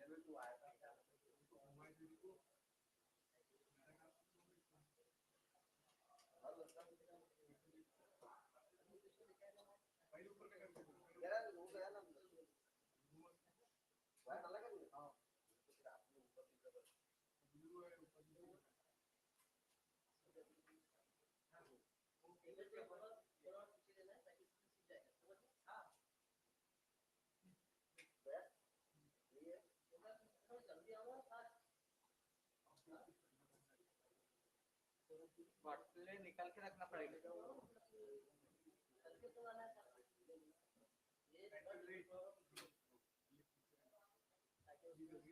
बाटले निकाल लेते यार, बाटले गिरी गई तो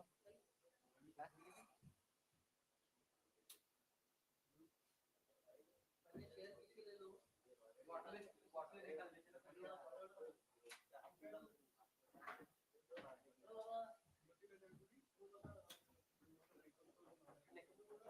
उधर से लेकर बॉटल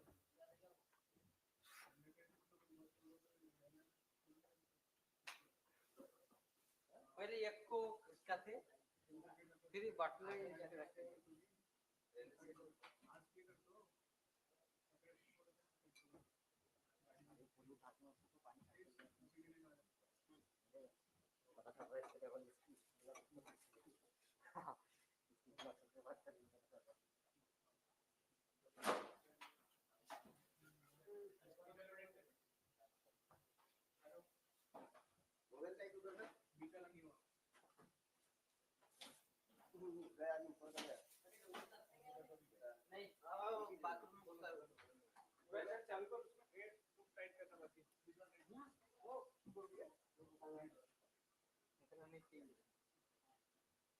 आगे इसके हाँ देखो इसके नहीं क्या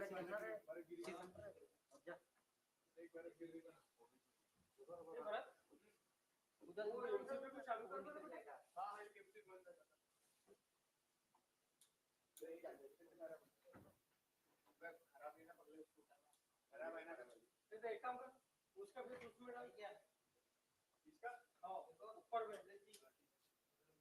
नहीं हल्का हल्का ऊपर ही डाल और पीछे पहले मेन वाला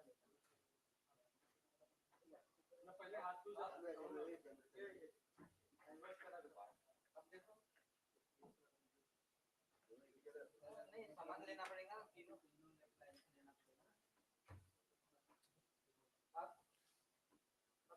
आगे आ गया बराबर हो गया बराबर आगे बोलिए आगे ना इसे ऑन करें प्रज्वल पहले ऑन ले लो हल्का सा ऑन किया क्या नहीं ऑन रखता है पूरे ये चालू करो हल्का सा ले ले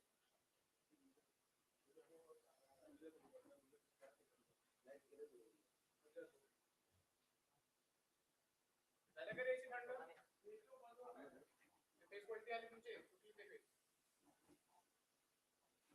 हा ते झालं बरोबर आहे ओके डिस्प्ले फक्त गेले सांग मग तुम्ही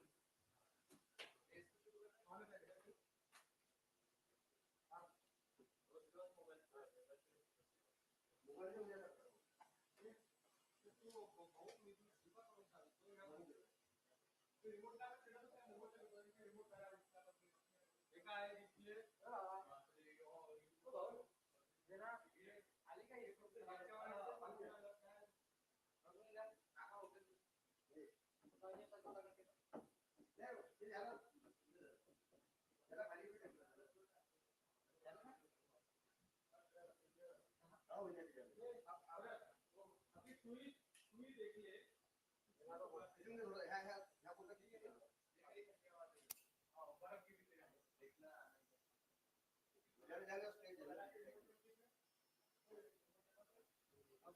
रख देते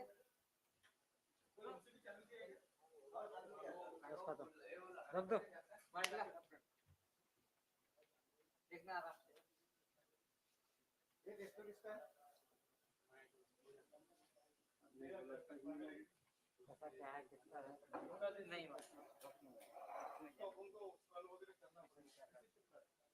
देखना आराम से बोलिए ये सिस्टम है बोला हम ऊपर कर देते तुम अपना राइड एक कंपनी कमलेश कमलेश पहले का साउंड क्या मतलब दे संतोष सर के साथ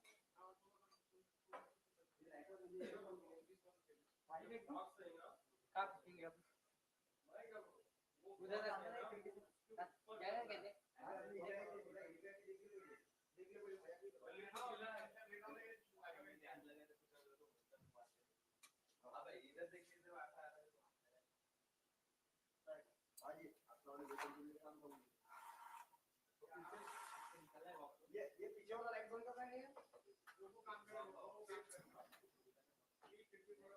बंद करो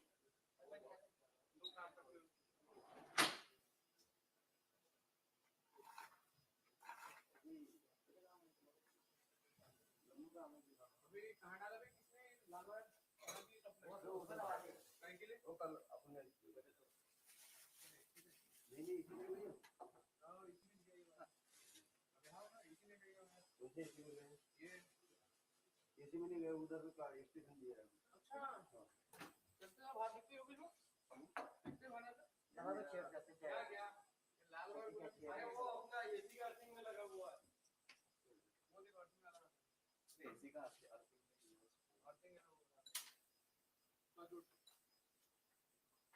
ले दे रिमोट से चल रहा है और मेरा रिमोट बंद है उसके लिए remote hello check hello check hand mic check कर लो कॉलर माइक तो बंद है हेलो चेक चेक जो भी है ऑन कर लो चेक कर लो hello Bharat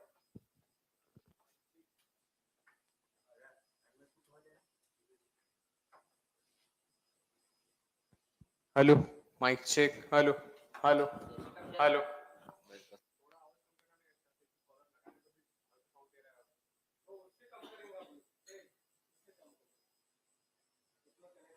hello mike check hello hello hello mike check hello mike check mike check mike check hello hello mike check hello काम कर लीजिए इधर कहीं बांध के रखने का सिस्टम है तो अच्छा है कुछ कंप्यूटर उधर से लगता है किसी का इधर से लगता है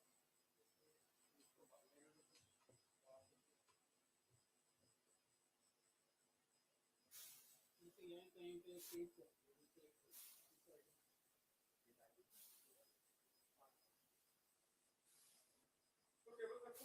और ये जो है ना ये यहीं पे रहेगा क्या इसको थोड़ा उधर साइड नहीं कर सकता अब ये आदमी चढ़ता है इधर वहां से सीधा उसी के ऊपर पैर रखेगा एक काम करो उसको तेज कर दीजिएगा थोड़ा साइड कर दीजिए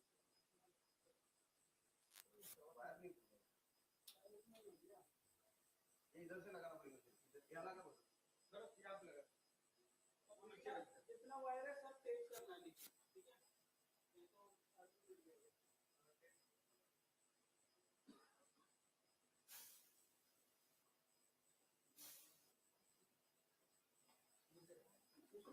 पूरा पूरा नीचे अंदर वो होगा वो पूरा जम लेकिन ऐसा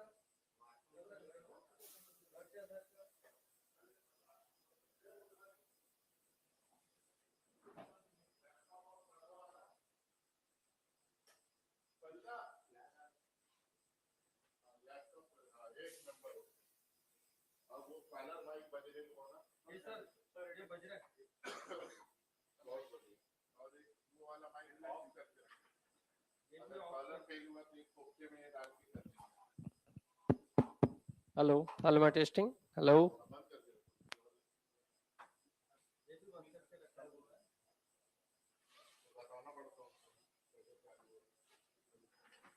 भैया रजिस्ट्रेशन करवाओ हेलो हेलो जास्त जवळ सिंपलच आहे hello hello hello my testing hello शुरू में फौज ज्यादा थी ना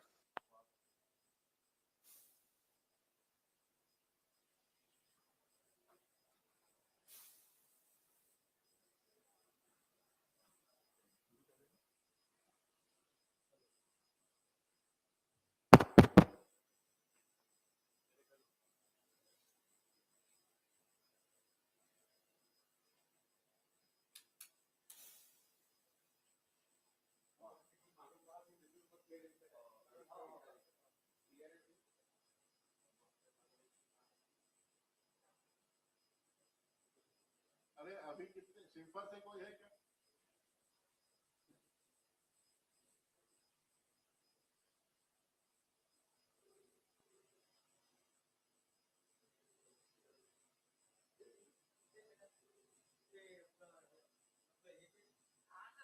हाँ, अब अंदर आ जाओ मेरे पास।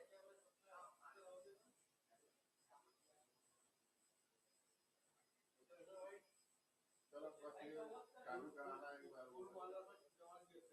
और आप से करके हो गया, नहीं तो भारत को रात को बदल दूसरा तो दिमाग खा गया था, बहुत आराम ही अच्छा हुआ आ गया।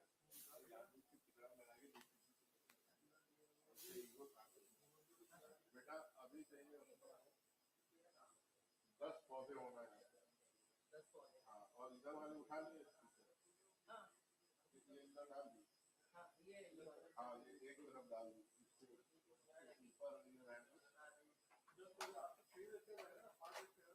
हाँ, तो अभी जो है ना इसको हैंड ओवर कर देते हैं, काट निकाल पानी 10 तो ये लाओ। हाँ, 10 ये 10 है, सब 10 होना। शॉल स्लीपर, शॉल स्लीपर और वो और सारे गामा और 10 बड़ा दूंगा, 10 छोटा दूंगा। टोटल ये देख लो यार कितना है। 10 है, 10 बड़े लाता हूँ, 10 छोटे हैं, 10 बड़े लाता हूँ, और 10 यहाँ 4 है तो 6 ये शॉल भी 10 शॉल 10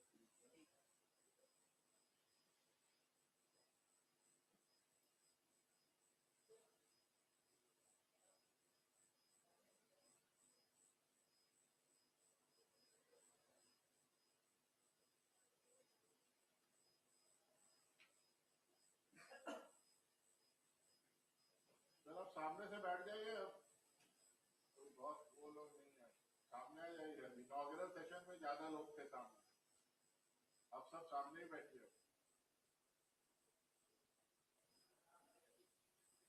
अभी बाकी क्या क्या दूंगा, एक रख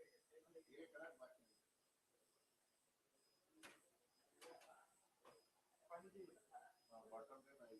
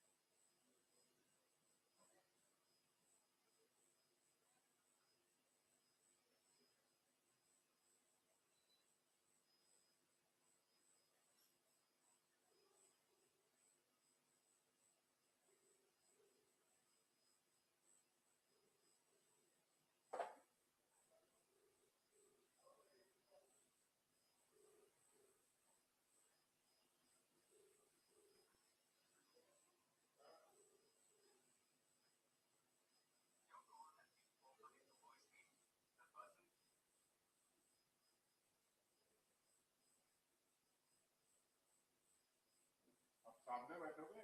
सोने का नहीं है, अभी सामने वाले सब चले गए, उद्घाटन में ज्यादा भीड़ थी। देखो सर, ये कमिटमेंट से कम है इसमें, क्या कमिटमेंट से कम है सामान, कमिटमेंट से क्या सामान, अगला बताया वाला पेन ड्राइव भी है, पेन ड्राइव नहीं, पेन ड्राइव कौन बोल दिया था, यही बोला मेरे को पेन ड्राइव चाहिए सर, पेन ड्राइव क्या डाले उसका क्या है, गरीबी इसमें निकाल लूंगा फिर मैंने ये ओपन नहीं हुआ, तो 5 थे ना ऊपर, अपन 10 सेफ्टी में करा के बंद तो है ना, बंद तो है ना, बंद तो है ना, यूट्यूब लाइन है ना, तो आवाज तो नहीं है, अरे भाई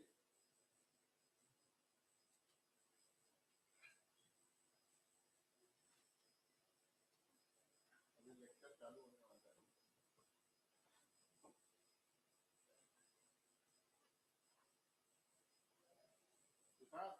अभी यूट्यूब का वॉइस बंद है क्या?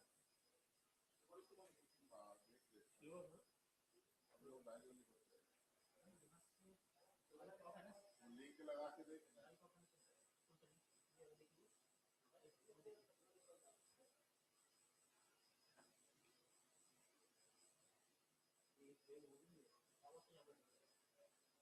अभी सबको देना है, रुकना है, बच्चे का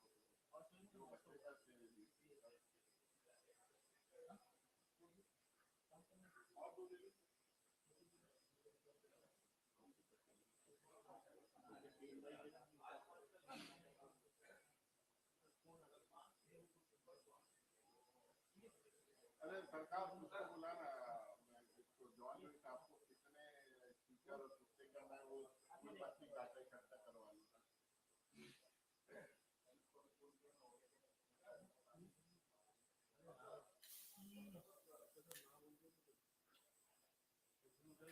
लेके जाओ, कुछ नहीं होता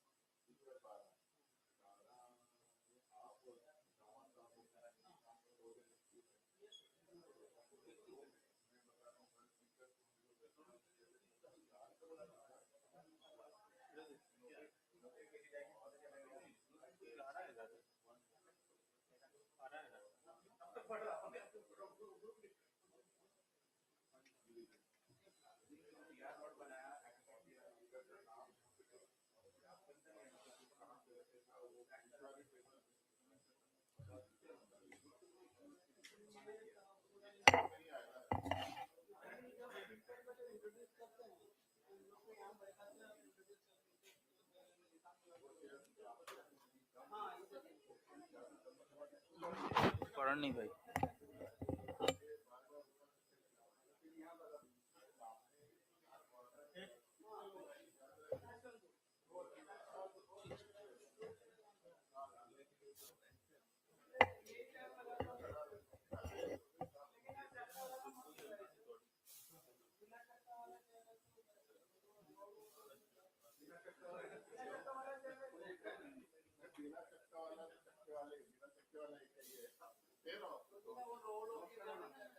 अरे सर ये हो जाएगा ना, 2 चेयर यहाँ से आराम से।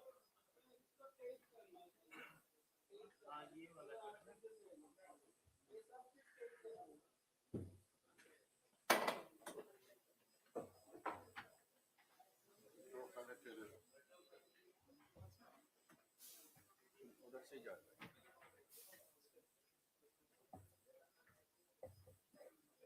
सुनो, वहाँ रायता मत फैलाओ, इसमें रखते हैं तो पीछे फ्रीज हो गया।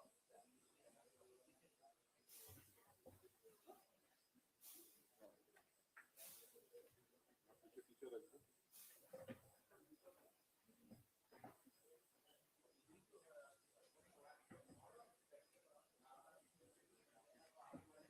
बोल लो 12 स्पीकर 10 लेक्चर।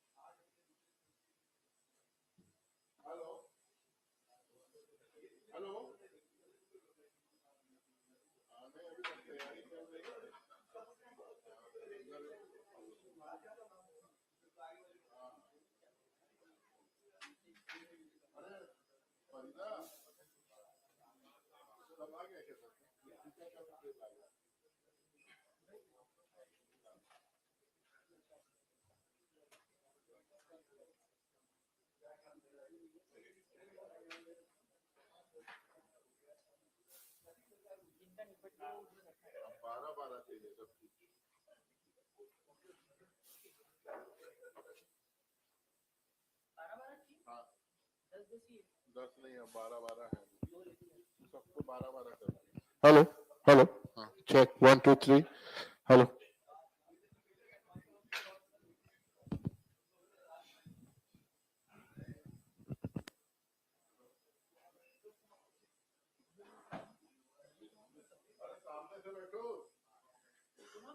क्या बात है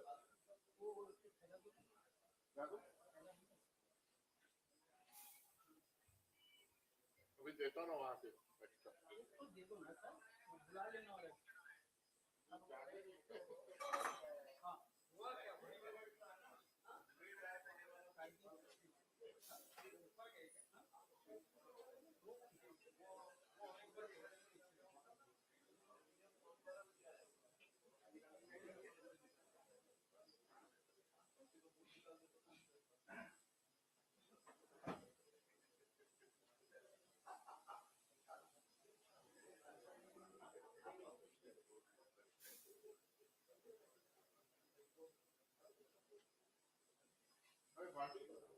नाश्ता तो पहले बहुत देरी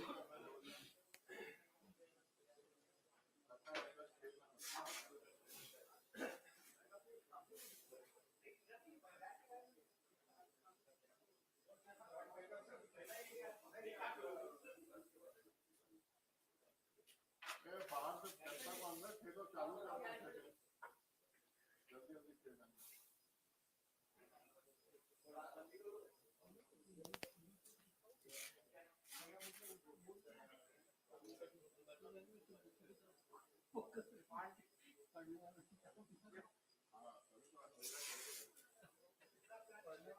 सर सामने से भरिए अभी सब चलेगा ना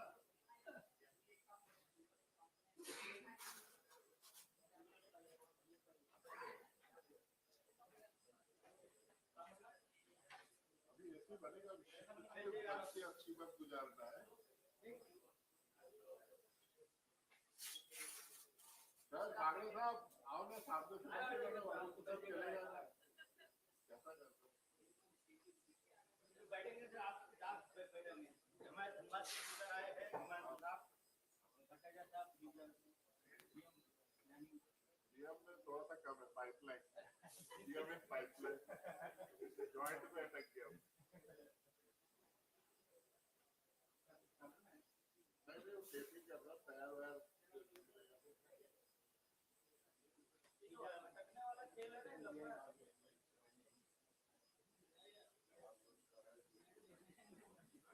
ये है मैं बहुत अच्छा होगा खेती का भी है ना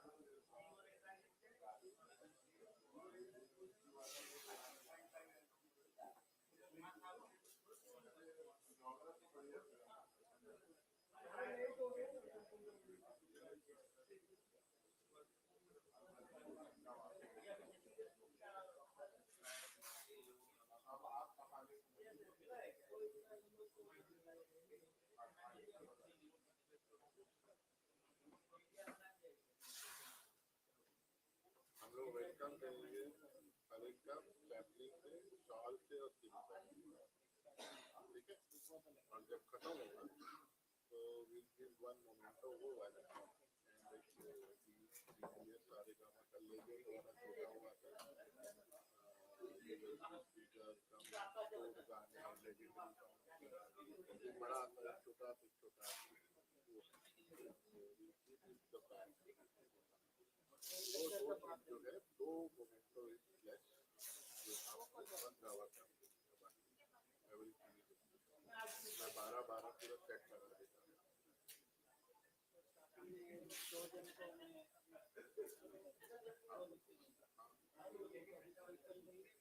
हाँ, 4 चीज़ जैसे आप बैठाएंगे वो बैठे रहेंगे इसमें। आप इंट्रोड्यूस करके सामने बैठा हूँ ना, इंट्रोड्यूस करवा दो। इंट्रोड्यूस करेगा और यहाँ किसी को बुला लेना, हम लोग साल सिंपल से उसका स्वागत करेंगे। एंड करेगा अरे सामने से सिंपल से मॉइल से वेलकम ऑन। तो फर्स्ट में आपने ये होगा ना, तो थोड़ा कटूंगा लेकिन मैं बता देता हूँ, भाटी है आपको जो जो पहचान के है ना बुला लो।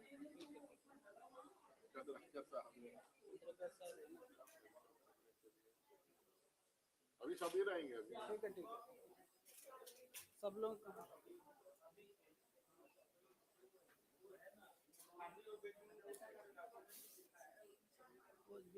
आयनगिरी जो बाहर से आया हुआ स्पीकर है, आयनगिरी से बनाना है अभी आज बाहर से प्रदीप सर वो तीनों लोग से भर के रखना, 3 लोग आए हैं, आयनगिरी है और मोइल का एक सरकार साहब है, ठीक है, वो दोनों से करवा देंगे।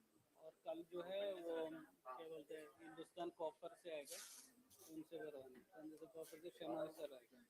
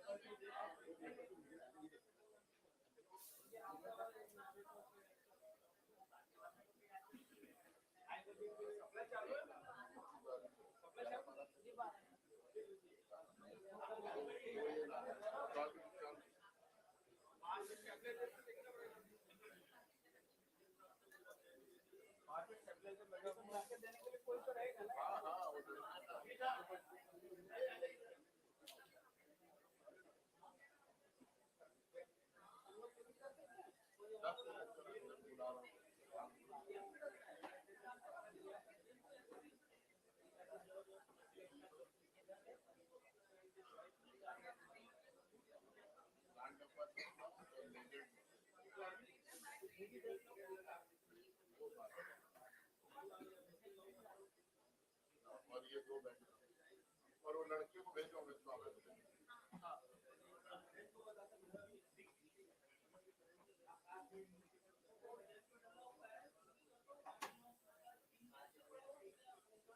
एक मिनट में बाहर से बुला के ला रहा हूँ।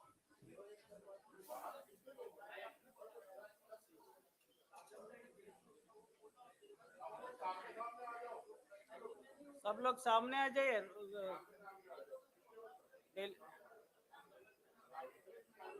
Please come forward. सामने का सीट सब खाली है, सब लोग सामने आ जाइए, उतना पीछे तक हम लोग को चिल्लाना पड़ेगा ना।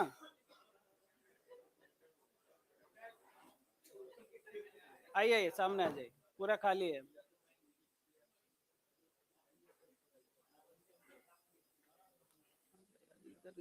नेक्स्ट रो में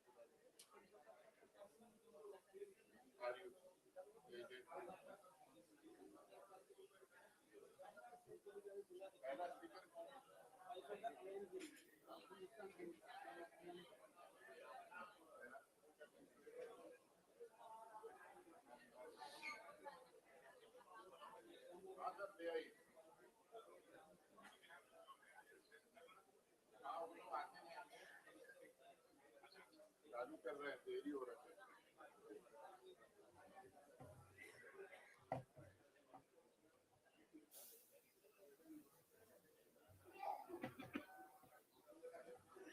आप लोग ये जो फ्लावर रखे हैं ना, सामान ऐसा है तो उसके ऊपर रखते हैं।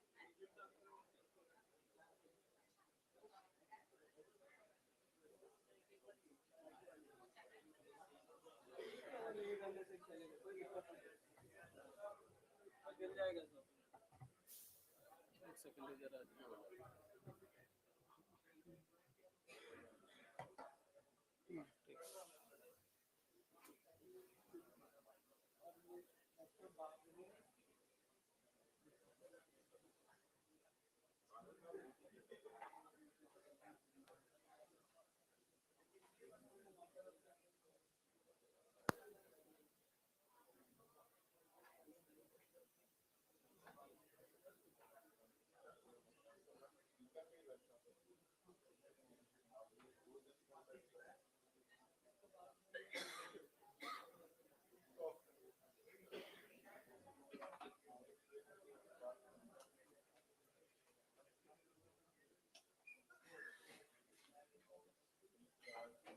कौन आ रहा है?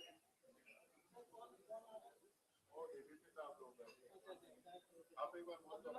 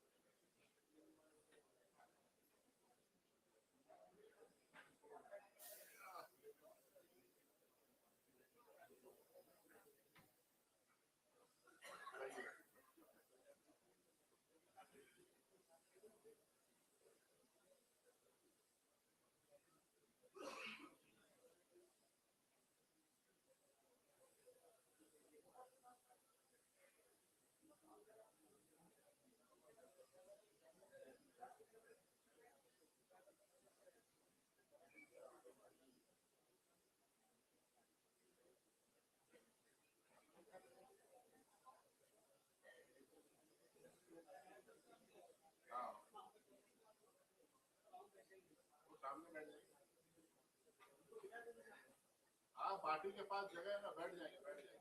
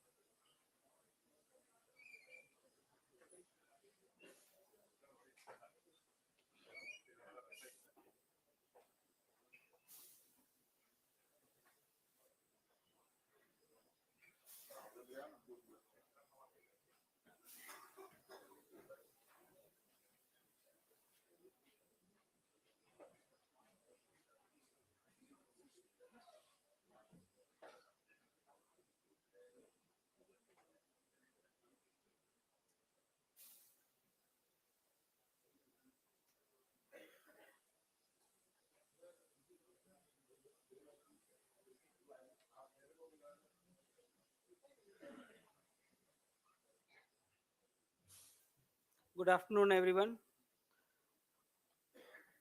We are very late, actually, almost 1.5 hours behind.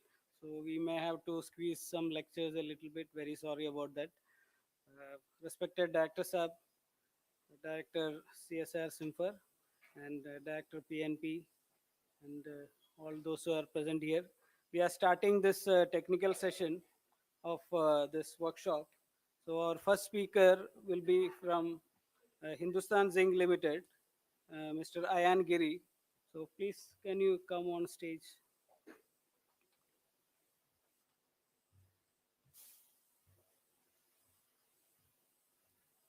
So we like to welcome him. I'd like to read his brief biodata. Ayan Giri is head of Geotechnical Engineering Department and Long-Term Planning of Jawar Group of Mines. And he's a seasoned mining professional with over 11 years of experience, currently serving as head of geotechnical engineering head at Hindustan Zinc Limited, Jawar Mines. His expertise spans stope and pillar design, ground control, tailing dam stability, and numerical modeling with a focus on enhancing safety and efficiency in mining operations. Mr. Giri has driven innovations such as the use of split sets as primary ground support and automation of numerical modeling with FLAC 3D using StopeX software. His efforts in optimizing backfill strategies and improving stope recovery have significantly advanced Hindustan Zinc's operations.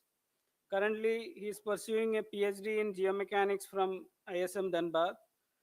Mr. Giri also holds an MBA in finance from BITS Pilani and a bachelor's in mining engineering from BESU Shivpur. He is a recipient of the Young Engineers Award 2024-25 by IEI this year. He has published extensively in leading journals. An avid photographer, painter, and outdoor enthusiast, Dr. Giri blends creativity with technical acumen in his approach to challenges. Now I request Director CSIR-CIMFR to welcome him with a plant and shawl and a sprinkle.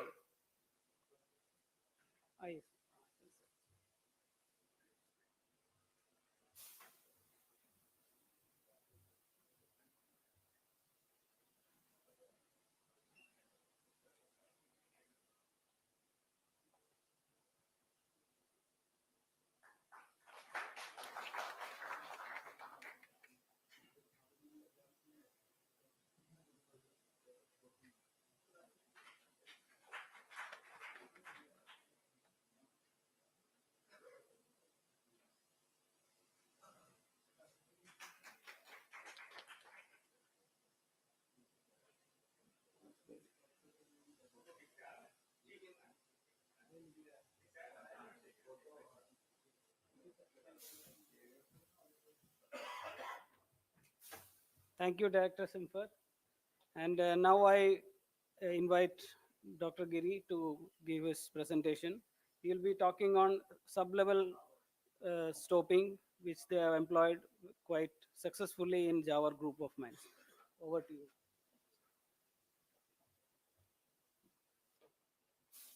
Thank you, John sir. So all the dignitaries who are present here, thank you for having me here on this auspicious occasion. I think 125 years is something great achievement. I think in India, that is in metal sector, that is one of the greatest achievements I have recently heard of. 125 years for a mining organization. So first of all, clap for that. And thank you for welcoming me here for this lecture. So this is supposed to be a 1-hour lecture. I understand that in generally people have a notion like they say coal and non-coal, but it is good to hear from so many people that we are working as metal, not non-coal. So kudos to that. And it is also good to represent and come from a very wide experience background of Hindustan Zinc. So I have been in this organization for 11 years, and you heard uh, my resume almost totally from Mr. John, Dr. John. And today's topic I have learned in my last 11 years. So I will be going through this lecture with some of the theoretical aspect and as well as some of the practical aspects of sublevel open stoping. So what we read in books in theory, if you want to actually copy that and try to replicate it in field, it is extremely difficult. And when I'm saying extremely difficult, it is actually extremely difficult, because at site, when you try to do it, there are a lot of complexities that come into play, which are very difficult. That's why we call mining is the art of science. So today's lecture, I will go through the design concept of sublevel open stoping, means basically mining methods. Then I will give a more detail on sublevel open stoping, how the designing of sublevel open stoping is done. I will talk about stability graph method, mostly that we use at site to determine what are the stable shapes of stopes. Empirical cable bolt designs that we use extensively for designing of cable bolts and its limitation. And some of the case studies at Zawar Mines, Hindustan Zinc. So I want to start with this slide, knowledge and design, and I believe this is a very relevant slide, and there are a lot of meaning out of this any practicing mining engineer can make out from. So if you can see, it basically illustrates the relationship between knowledge and design change opportunities as the mining project evolves from pre-production to total extraction. The x-axis is a timeline of a mining project from the pre-production work to the total production of the ore body. So I think for what is an ore body, a lot of new graduates I think are here. So what is an ore body? I think everyone is very clear. And the y-axis is simply a qualitative measure of the knowledge and the design change opportunities from the title to extensive.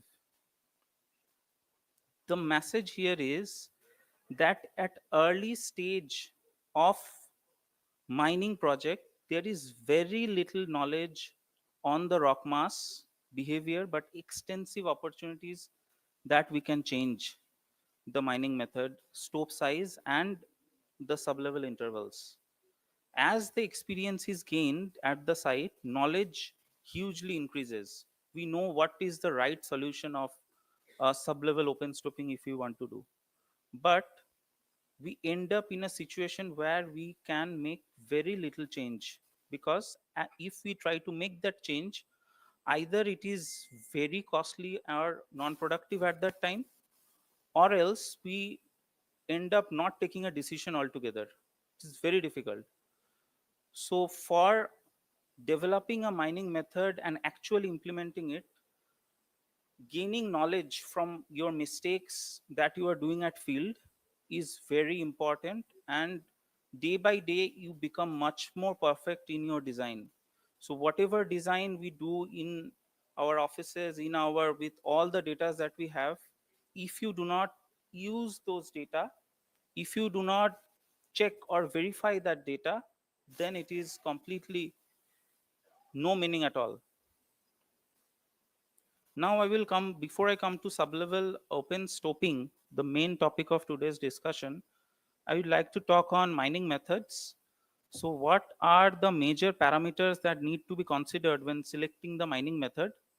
So first is the ore body characteristics, geometry and grade.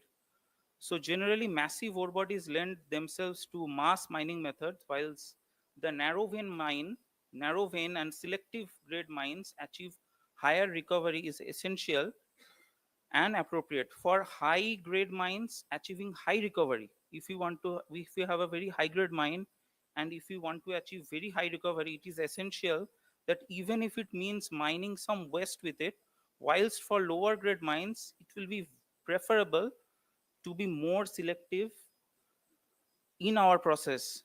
So the first point, ore body characteristics, geometry and grade plays a very vital role in metal mines. Next, when we come to productivity and mineral output, so the gain in the productivity is often at the expense of the selectivity.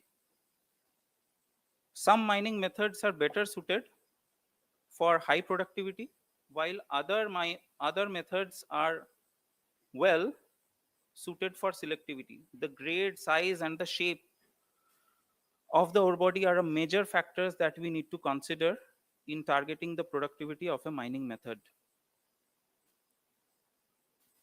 Next, we come to capital and operating costs and the unit cost. So different mining methods have different requirements in terms of capital, operating and unit costs. Requirements for capital, operating, unit costs are very important when you decide a mining method. And the characteristics of the ore body, all those actually play a major role in deciding what will be your capital cost and your daily revenue cost that you incur.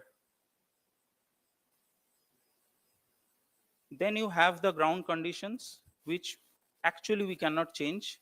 So our design needs to adapt the ground conditions that are there, and on that we need to make our designs. Next is the entry versus the non-entry.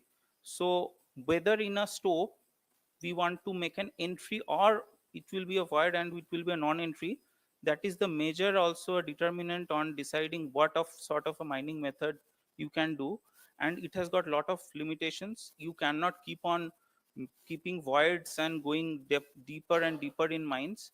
So there has to be some process of backfilling, or you have to design after some after certain depths in certain ground conditions based on your wall rock condition. You have to decide that where you need to make the transition. So that is very important for deciding your mining methods. Then you have higher recoveries. For higher recoveries you have pillars versus fill. So that is a trade-off that you need to do.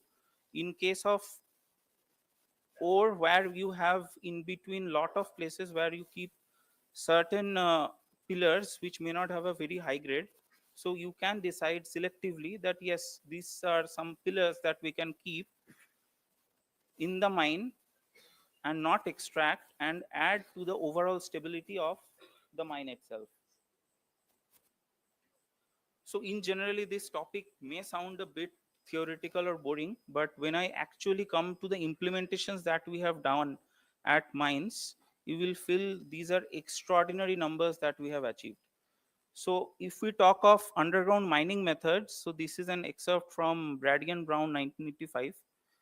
So this diagram is basically divides mining methods into three main groups and provides the lower part of the diagram an indication of the Rockman's response to the mining in terms of the magnitude of the displacements in the country rock and the amount of energy storage in the near field rocks.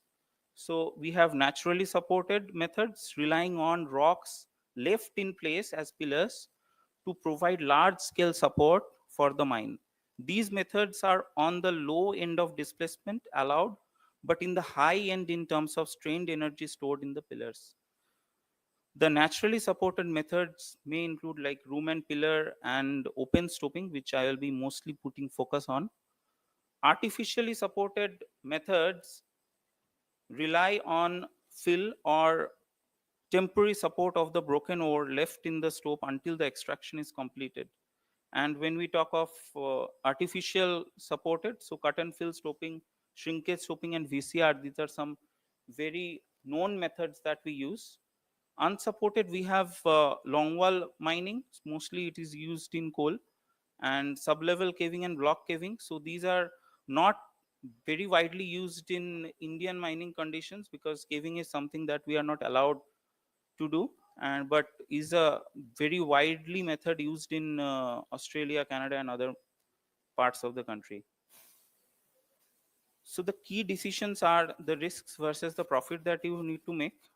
For that, I think the mining method and the infrastructure plays a very critical role.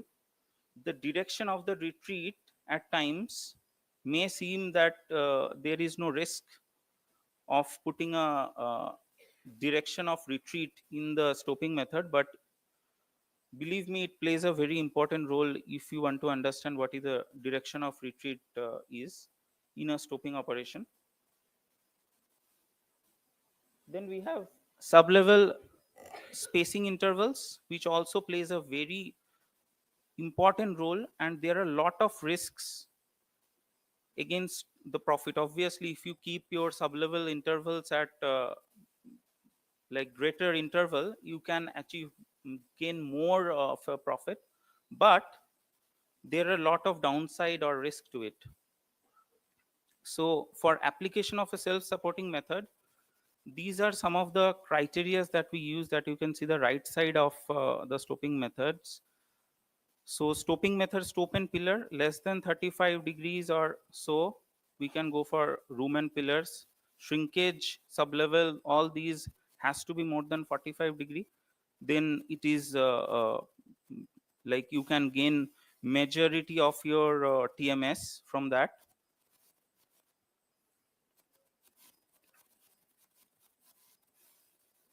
So this is what an open stope mining looks like. So everyone is well aware of this diagram. So we have sublevels, we have ring drill dives, we have ring drilling long holes, stope. So this boundary is called the stope, and you can see the blast hole. And below this we have haulage drive and loading crosscuts, which are used for mucking.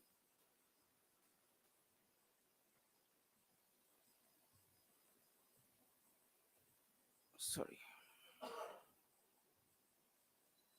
So these are some of the criteria that we use to define. So one is will be non-entry.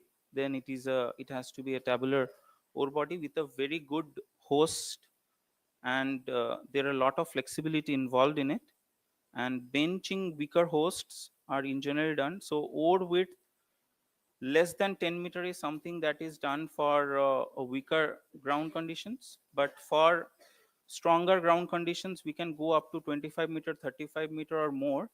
And mostly methods define are longitudinal or transverse. So if you have a transverse, if you have a very massive ore body and you want to make a stoping out of it, so in generally we go for transverse method of stoping.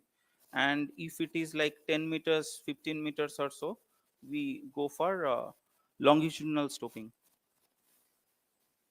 So this is a photo of an open pit mine in Mount Isa mine, showing a remote mucking unit cleaning the bottom of the stope. The quality of the walls can be appreciated in this.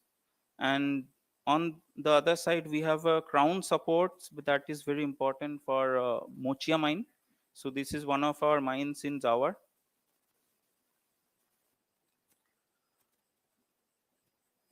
So when we talk of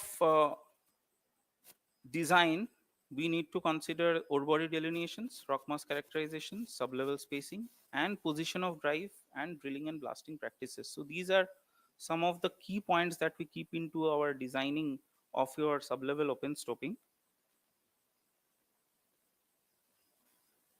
So first, coming to ore body delineation. So ore body delineation is basically how you define your ore body. So for that, lot of exploration work is required. And believe me, if you do not do the exploration correctly, and you believe you can make some saving out of exploration, then you are fooling your mining method itself. Because, just skip one slide, you see this information. So we do a 50 feet information interpretation, and we find that this is the shape. This is the shape we will ultimately will ultimately interpret from this, that this is the shape we get. Then you go for a 25 feet information interpretation, and you find the stope shapes have changed, the waist and the ore boundaries are completely different. Then you further go for methods like cut and fill, where you have a much more exposure to the surface, and there you actually know what is the actual ore body is. So when you mine this, any of the method you try to define, and you define your mining limits, and you know that your ore body in between you have such waste, actually you are not mining ore, you are mining waste and adding it to your tailings, not achieving majority of your metals, but you are actually adding to the tailing dams, which is another risk that you do. And obviously the same cost increases because you are milling it, and through the whole cycle you are doing this.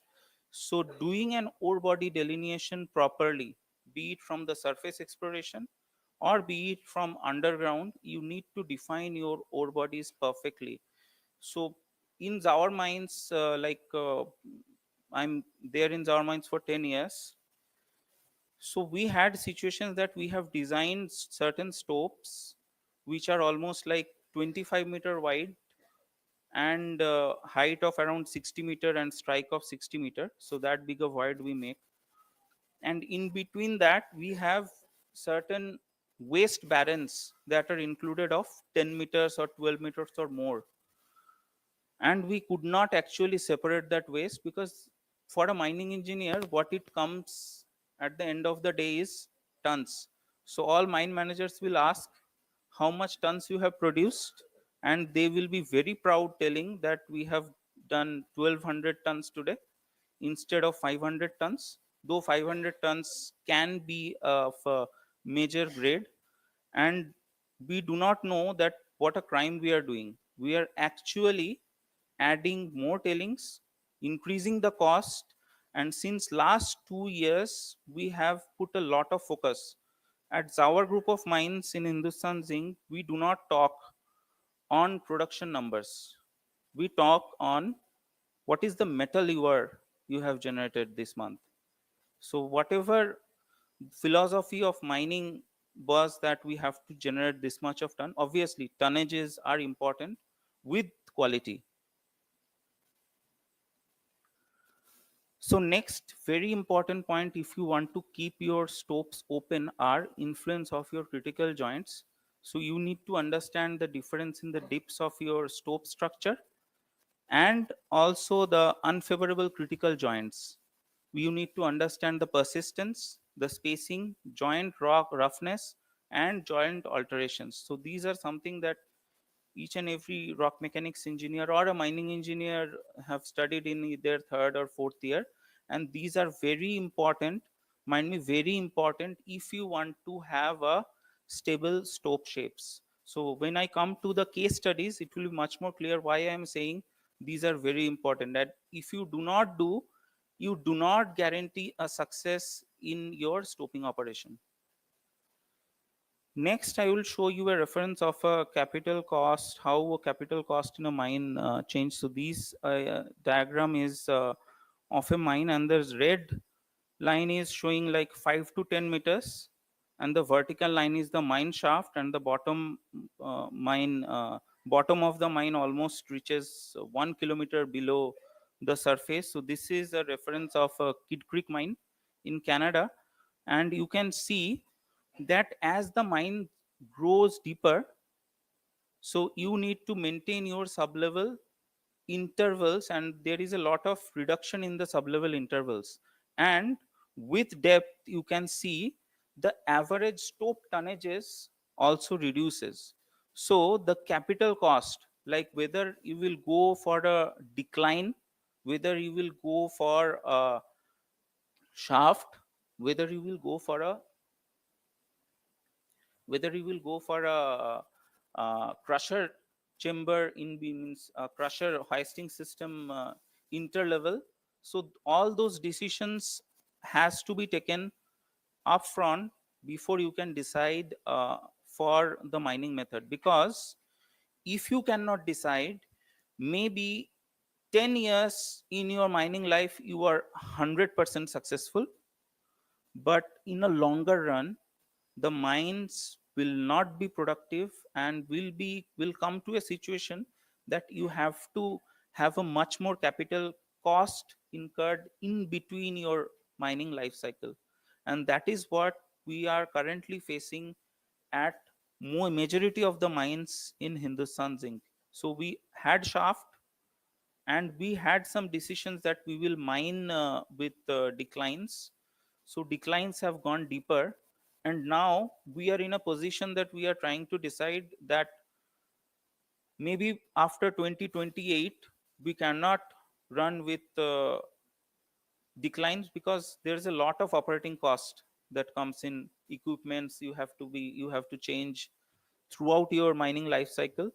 And also the mining methods, you cannot ramp up that fast. If you want to ramp up that fast, you have to add equipments after equipments in terms of loaders, you have to add dumpers, so that becomes very unviable. So if you compare other mines that have gone deeper, maybe in Canada or in South Africa, one thing that you will find very common is all have shafts. So that capital cost is the decision that you have to take upfront when you decide upon your method of working. Next is obviously the risk of stability. So now we will look a much more closer into what risk of stability we are talking of. So when you have a stope open for 60 meter, we need to decide for how many days the stope will be open, for how many days I will be actually mucking in that stope. So all those parameters are very important when you decide upon what stability you want to attain. So when people say the stope will be stable, so that is something you need to correct. So there will be some probability of for will it be stable 80%, 90%, or for lifetime it will be stable. For that you need to have certain parameters that we also consider. The ground condition means the rock mass characterization, everything has to be done so accurately that you can assess that yes, for the stoping period, means maybe I will be stoping in that area for 2 months or 3 months based on the stope dimension. You have to define that you can have 50-meter wide span, 50-meter height of the stope that will remain stable. And if you cannot keep that stable, you need to have certain reinforcement in place, maybe cable bolts, maybe leaving a pillar. So all those comes into your methods. Then very important point is your sublevel spacing. This diagram is very easy for anyone to illustrate why you need to define your sublevel spacing according to your ore boundaries, because if you do not have proper sublevel spacing, either you compromise with your support, or you will have lot of waste incorporated in this. So what are other significant risks? Other significant risks are horizontal induced stresses. So stresses, as you go deeper, your stresses will increase in mines, and you have to have methods that will support you in going against these risks and actually make it favorable for you to mine. So flat joints, bro creations, fill not tight against the rock. So people who are into backfilling, they understand this accurately what I'm trying to mean. Large exposures.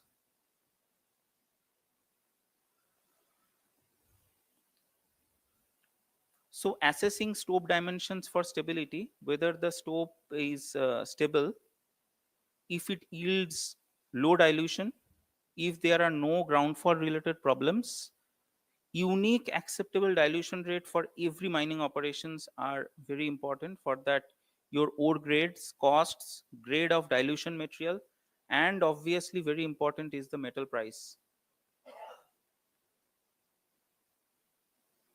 So these are some of the parameters that we use for assessing our ground conditions. So these are almost same in many of the mines that they use, but we use Q more than RMR in metal mines. So we decide upon the joint set spacing and the put much more focus on joint characteristics. Mine induced stresses is always a very peculiar thing because everyone has a lot of concepts on how to calculate mine induced stresses. UCS, structures and the stope geometry interactions, stope size and shapes, structural geology, whether there are any major features. So these all things which seem to be very boring, and whether all of these things are necessary for your deciding upon a sublevel stoping may seem may come to as a question to many of you. But when when we will be actually going to the live, means the examples that are there in this presentation, you will understand that without this you actually cannot decide what is the stable stope shapes. So stability graph method is one of the common methods that the mining industry are using since 1980s, and it has evolved certainly. So what we decide is the hydraulic radius and the stability number. So stability index is so these are all empirical methods that we use. So this is an hydraulic radius, how to determine hydraulic radius. This is area by perimeter, simple example. Then we defined stability number.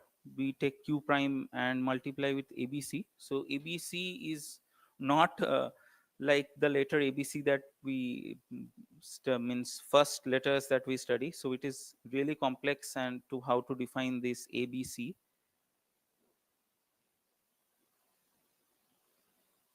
So this is a Q formula. I think I will skip, everyone knows, I believe. So this is the stress factor which we determine for the stability number A. So which is basically the high compressive stress is likely to be less stable than a stope under low compression. The chart here is used to quantify the negative effect of the compressive stress. So we define sigma c by sigma I. So sigma I is induced compressive stresses. In generally, sigma I is calculated from numerical methods, or there are certain stress charts that are available from which we can define induced stress, and uniaxial compressive strength is basically the UCS that you define for that rock mass. Then you have joint orientation factor, factor B. This is a very important factor in terms of identifying the unfavorable discontinuities and its presence in terms of the rock mass and the surface of interest. So defining a factor B for that surface is very important if you want to understand, if you want to know that where your structures can fail and where you need to do your cable bolting or reinforcement if you want to keep your stope longer for a stable span. Then you have the gravity factor. So gravity factor for backs and hang walls are also considered, and also for footwall is considered for. So this is basically a gravity adjustment factors. So from that we get NQABC, and we define the graph where we get the hydraulic radius and the NQABC and find points where will be your stable stopes be. Based on this, you can have a ballpark idea of your stopes will be stable or not. But there are a lot of limitations to it. So there are stress sheets that are used. We use this at our mine to understand sigma, the induced stress levels. So induced stress levels, mostly people calculate from numerical analysis, but earlier there were methods through which you can, there are empirical graphs available for different conditions of the stope, different features of the stope. You have, I think there are total 8 graphs available for this longitudinal open stope stresses. There are 4 graphs and 4 graphs more available for your transverse method, which you can use to identify, means calculate your induced stresses. And from that, you can actually calculate your factor A stress much more accurately. These are empirical cable bolt designs. So this is an excerpt from Hutchinson and Daedrich. So anyone designing for a cable bolt must read this book. So this talks about where your cable bolt should be and which are effective cable bolts and which are not effective cable bolts. And these are some support recommendations that we can get from empirically. You can decide what is the density of the cable bolt one can have for an open span, or a much more conservative design zone, or a very conservative design zone.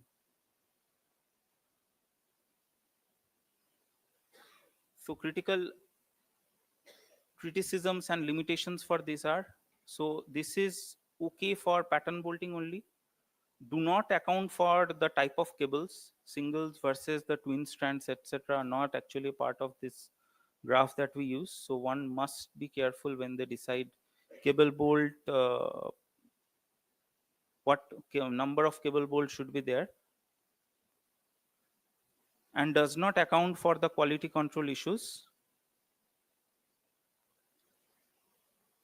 Next, we have multiple lifts hang wall. So for that, this is another chart being developed by Nixon 1992. So with years, people have lot of development in this stability charts and the cable bolt design, but there are a lot of restrictions for this use. So when we use this charts, we need to be very careful that these charts are not 100% okay. This will give you a ballpark estimate of what is the stability that you are looking into, but you need to have a much more better approach when you are designing, maybe a better approach in terms of numerical analysis.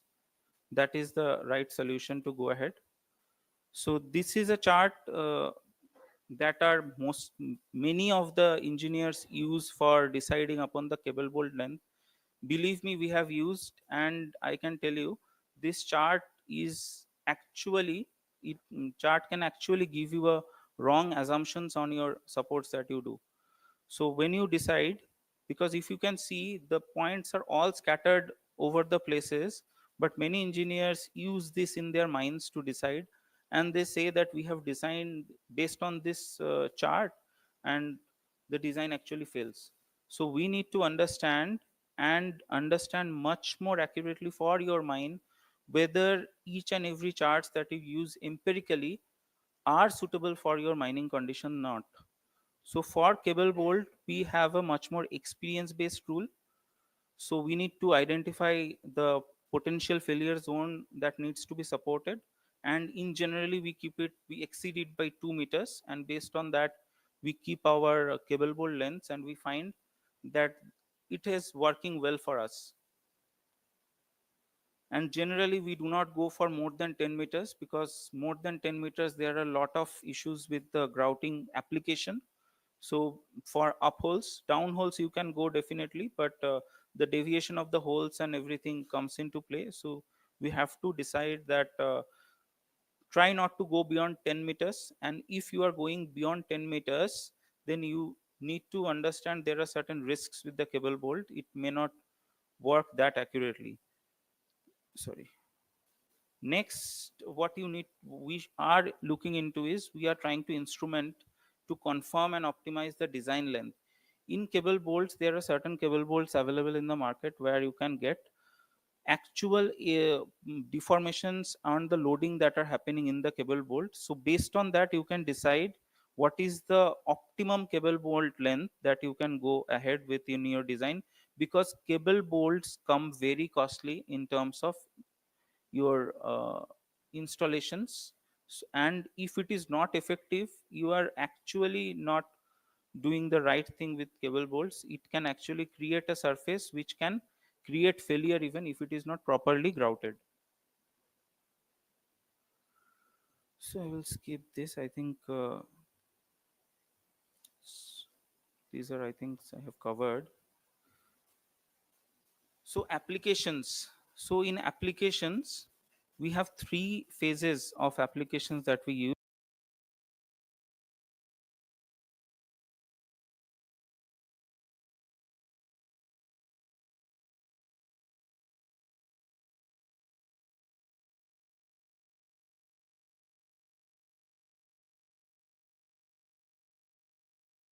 One is the feasibility stage. Second is the individual or stope dimensions will be for each and every mining domain. And then you decide your sub-level intervals. So these all can be done in your feasibility stage.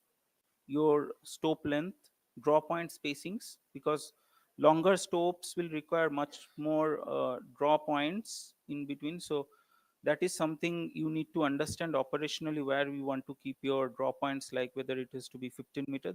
Those decisions come based on your equipment dimension and the stope size, stope width. Then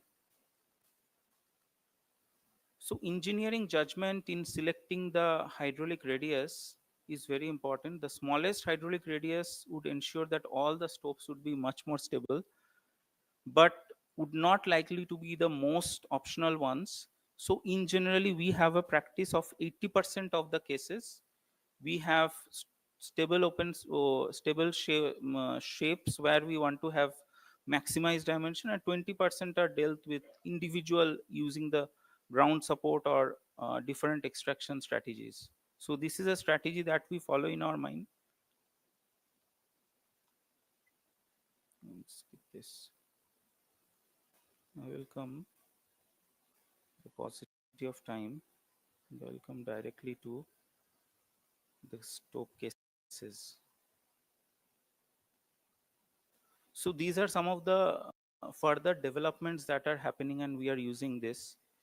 We can use effective radius factors that are designed by Milne in 1997, which actually talks about more of a ununiform stope shapes. So these are methods that we use for stability charts. So it has its own limitations. We also use ELOS, equivalent linear overbreak slough. So less than 0.5, we can categorize it as blast damage only. So this is a categorization that we do. 0.5 to 1 is minor sloughing, moderate sloughing, and where the sloughing is more, we identify that as that these are certain geotechnical failures that has happened. So this is also very important for us. When you are actually gaining the knowledge from the stopes, you need to identify that which are the stopes which are having more slough than 2 meters, and why this slough is more than 2 meters.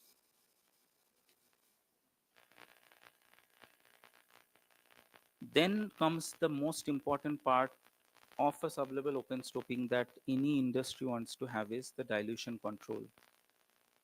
So for dilution control, the mining method in the sublevel open stoping is very important. The stope design required, which is very important, and these are a part of strategic design. So in strategic design, we talk of mostly the what should be the stope size, shape, and what should be the sequence, everything. In tactically, when we cannot actually there are certain cases where you have to have individual controls in the stope. We have cable bolts, blasting and fill and draw control that can have a tactical approach in dilution control. So this is a shape that we are currently achieving at one of our mines in Mochia. So you can see red one is the ore body and the stope limit is the blue one, and you can see the control that we have had with the drilling and blasting and the cable bolting been done. So not only support, not only your stope design,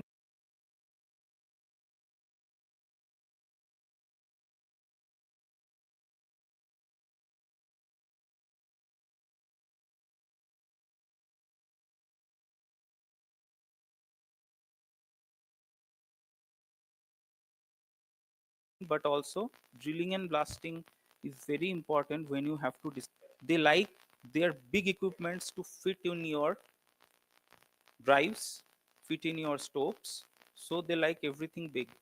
But consider your stopes are 2 meter, 3 meter.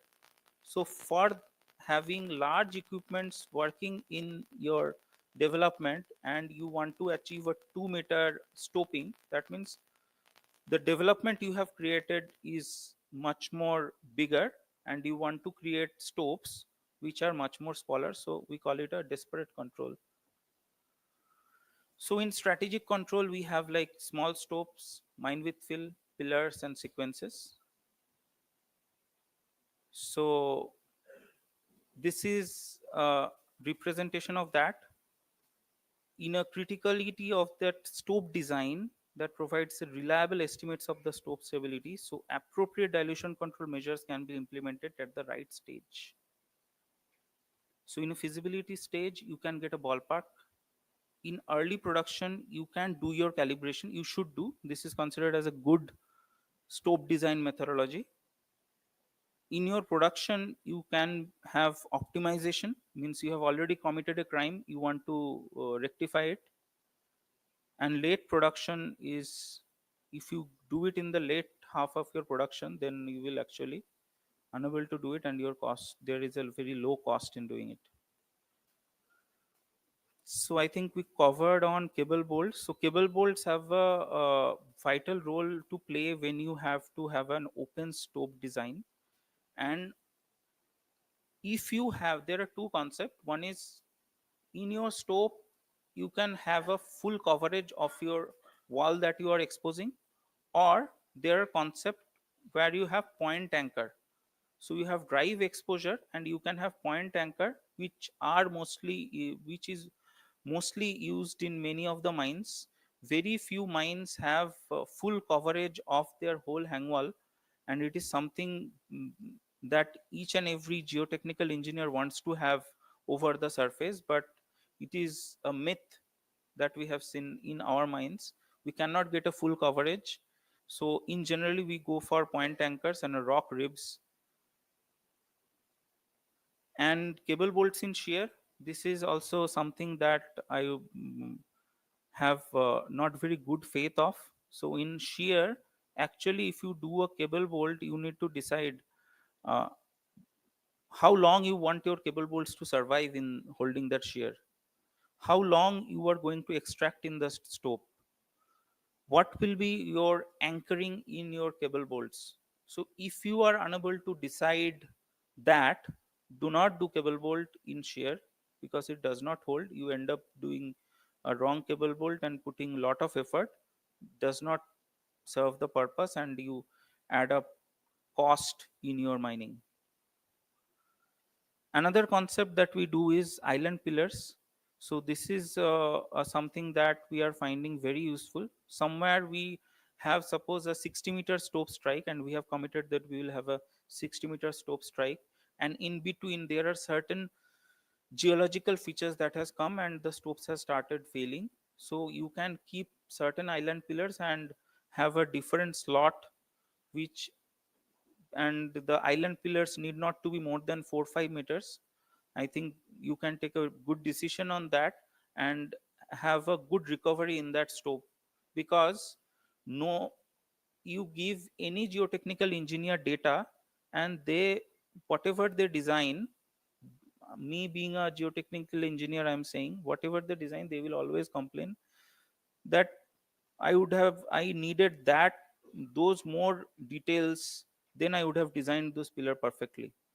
But accurate and 100% accurate data is not possible. So you have to have, being a operational geotechnical engineer, you have to decide what is the minimum amount of data you need to design your stopes, what is the minimum amount of data you need that you need to give your modeler who can design your stope and give you a considerable outcome with which you can continue your mining. So this is a disparate control. So nowadays these disparate controls are the controls that we have left in mines. So we have to live with this. So you can see, so this is an undercut. So any stope, open stope where you have an undercut, there are always chances of failure. But if you design it accurately and you know that where the failure can happen, and if you can stop that failure from triggering, you can actually stop that failure. So you can see a actual case of stope view from minus 100 mRL and the cable bolts that are done. So in a 4-meter drive, 2-meter width of stope is standing, and but we should not be complacent with this, because it is not likely to stand for 5 years, 10 years, or maybe even 6 months. It will collapse, so you have to muck very fast. So blasting control is something very important when you are doing your sublevel open stoping.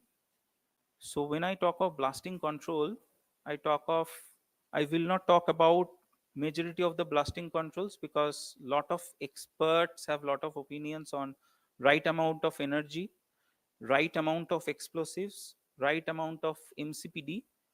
But we have tried all those stuff at mines. But one thing that is very important that you have to do correctly is doing your holes correctly. If you do not do your blast holes correctly, how much you do exercise on your explosives, it will not work. You have to have, if you want to have a good control over your walls, you have to have parallel hole drilling. If you are going ahead with towing of your holes in ring, then you have to leave your walls with some skin. So the skin is something that you have to decide based on your whole dimension, whole diameter that you use. And you have to have, then also you have to have a mechanism of finding out how much deviation has happened, because ground, actual ground is not uniform. If you do a 10-meter or 20-meter hole and you get zero deviation, it may not happen for 25-meter.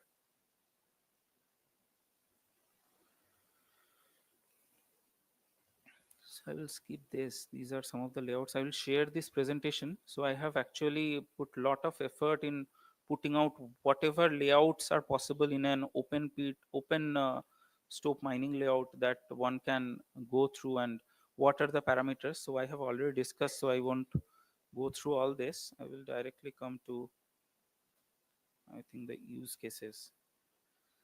So this is a slide I want to talk of. So this is stress shadow of your blast holes. This slide and the following slides will actually describe some of the drill and blast designs, strategies that can be used to address specific situations such as stress shadowing, as illustrated in this design. This is basically a plan view. The top red mark boundary identified as the hang wall. represent the hanging wall, while the bottom one is the footwall. So, and the blue arrows represent the direction of the major stress that may cause the blast holes to collapse. Why I'm saying, because recently were working in a crown extraction, we were finding lot of failures happening in that stope, and holes, we have made the holes as per the design, but when we actually went there to blast, we could not blast those holes because those holes were shattered and crushed. So the drill design, in this drill design, what we want to do is we want to make a slot and a clearer ring, which will be done later on. So what will happen, what this slot will do is, this slot will actually have a cut between your hang wall and the footwall, and then when you blast your rings from your footwall side, you will not have damage to your rest of the holes. So these are very important when you are working in a very stressed ground condition. This is an example of diaphragm holes, so I will explain this in the next pic. So what we are talking of diaphragm holes are, so these are diaphragm holes. So what we can do is, if you have fill all over and you want to actually ensure, if you want to actually ensure the fills do not get damaged, we have certain diaphragm rings or drill accesses from which we make certain cuts, which ensures that you do not damage the wall that you want to protect. So I will directly come to some of the use cases that we have. So this is something that you need to do, and this is 100%. If you are going ahead with sublevel open stoping and you are not measuring your holes or measuring the deviation, then you are not going to achieve perfectly in your stoping operation. So you will have lot of dilutions that can happen. So we use a borehole camera, and we use this very frequently. At least try to do the hang wall holes. That will give a lot of confidence that at least my hang wall exposure, which is much more prone to failure, is safe. Okay, so this is a case study that I want to talk of. If you do not understand the geology, and if you do not use the right geological features in your design, you will not solve your dilution issues. Mostly people use certain constitutive models, numerical models, where we use it as a rock mass, use certain properties and degrade certain properties and use in rock masses. That works well if you have a same lithology. But if you have different structures and if you do not use it, you will find yourself in a place where you cannot actually turn back from when your design is being done. So this is a stope. So in the top level, when we did, there were some failures we did not learn. In the bottom level, we went and we identified there are certain shears, but we did not incorporate in our design, and people were very confident. So here the height was 60 meter. So like any mining engineer, what they do is they first think of, if the failure has happened, let us reduce the height. So they reduce the height, but still the failure happened because when they designed, they did not use the geological features in the model. But actually, if you have used the geological features, you will find your models are showing the failure. Your stope shapes you can calibrate. So we calibrated with at 2% volumetric strain, and we found the CMS is actually showing the picture that your models are showing. So you need to use the geological features present in ground, and you need to use it in your model. Otherwise, just modeling for modeling sake will not give you the right picture. So next is, these are some of the complex ore bodies that we have in Hindustan Zinc. So this is an example of Baroi mine BK4. So 276 360 was a stoping block where we had this yellow mark. This was the ore body, and we were trying to find the similar ore body here, but we were unable to find. So, but when we did the development, we found that actually there is a shift in the ore body in the lower block. So you need, as the management, good geologist, very good geologist in metal mines, who can identify the orogenesis, how the ores have actually formed, what are the critical markers that you need to follow in your designs. Then only you can find the actual right shape. Not only drilling will not do, drilling with right interpretation. And nowadays we are focusing much more on whatever drillings that we are doing, we are trying to do the logging automatically, so that our geologists can do the interpretation much more faster, and they can put much more effort in their interpretation. So after interpreting that, the stope, if you are only, if you are only constrained to your, if you are only restricted to your drilling, you would have made a stope which is a longitudinal stope. But actually when we did, we found, and we had to do a lot of development mapping, we found that the stope shape is like this. So if you do not have the right geometry of your ore, you cannot have a good open stoping method implemented in your mine. So these are some of the designs that we make in ages. So we use extensively data mine ages. So these are standard ways of putting up your design, because as you scale up, you cannot do your designs in CAD on everything, and it will take a lot of time consuming, and you need to set certain standards in your design. So for that, certain softwares you need to use, data mine or aegis or whatever CAE softwares you use. Nowadays people are also looking into Deswik. We are also trying to change to Deswik, because Deswik have a much more user friendly way of designing stuff. Next, what is very important is invert raise blasting. So if you get your invert raise blasting correct, you can optimize your stoping method. When we are talking of invert raise, if one knows how to blast a raise, we know that raise we do mostly in from the bottom and we go to the top. But when you are doing that, you are unable to utilize your full capacity of your sublevel. If you are able to do an invert raising from the bottom with the same drilling method, then you are actually having a more better productive stope shape. So this is 22.8 meter that we have done as the highest in invert raising. So this helps you in making this sort of stope shapes and a stable stope shape. So you need to have invert raising. So this is a narrow vein mining we have already talked of. I think other case studies I can skip. So this is the last slide. I think you all have been waiting for the last slide. But this last slide is very significant.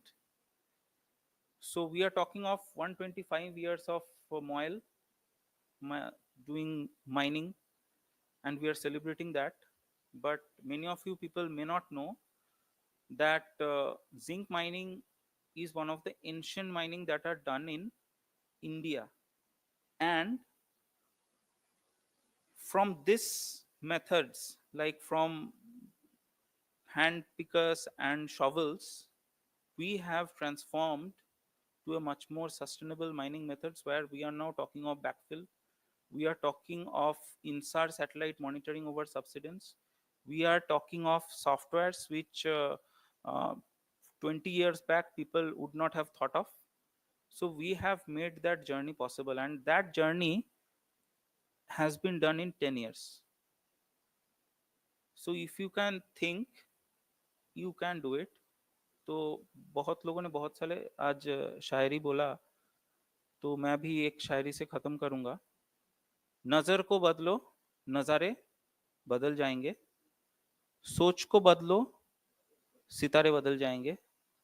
कश्तियों को बदलने का जरूरत नहीं है, दिशा को बदलो तो किनारे बदल जाएंगे। Thank you.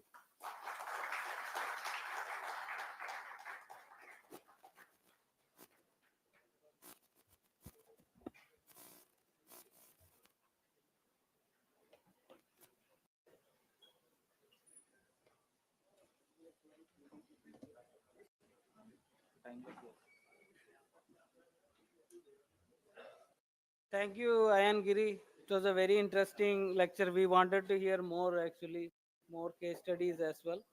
So I would now request Director SIMFR to present him a memento. Ayan, please come.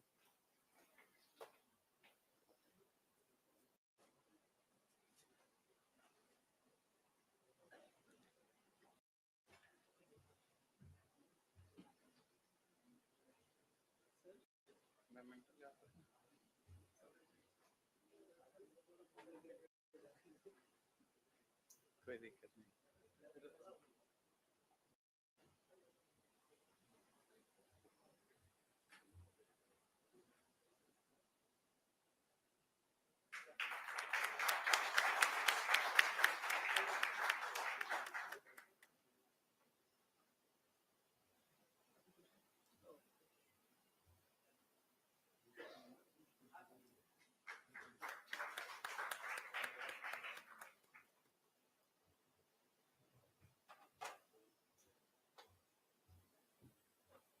Thank you, Director Sir, and thank you, Ayan, for your thought-provoking lecture. Actually, in fact, we wanted to hear more from you. If possible, if time permits, maybe we'll make one more lecture out of him. Of course, we are running short of time, so I think we can have a small, short lecture now. Dr. Eman Bagde, he is Senior Principal Scientist. Dr. Bagde, I would like to invite him on the dais.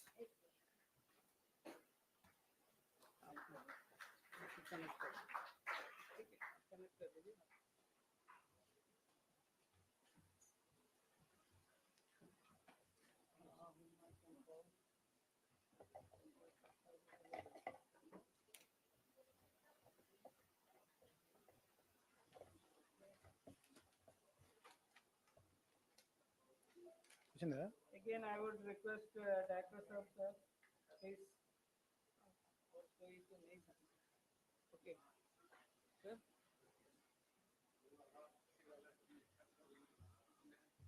Yes, sir.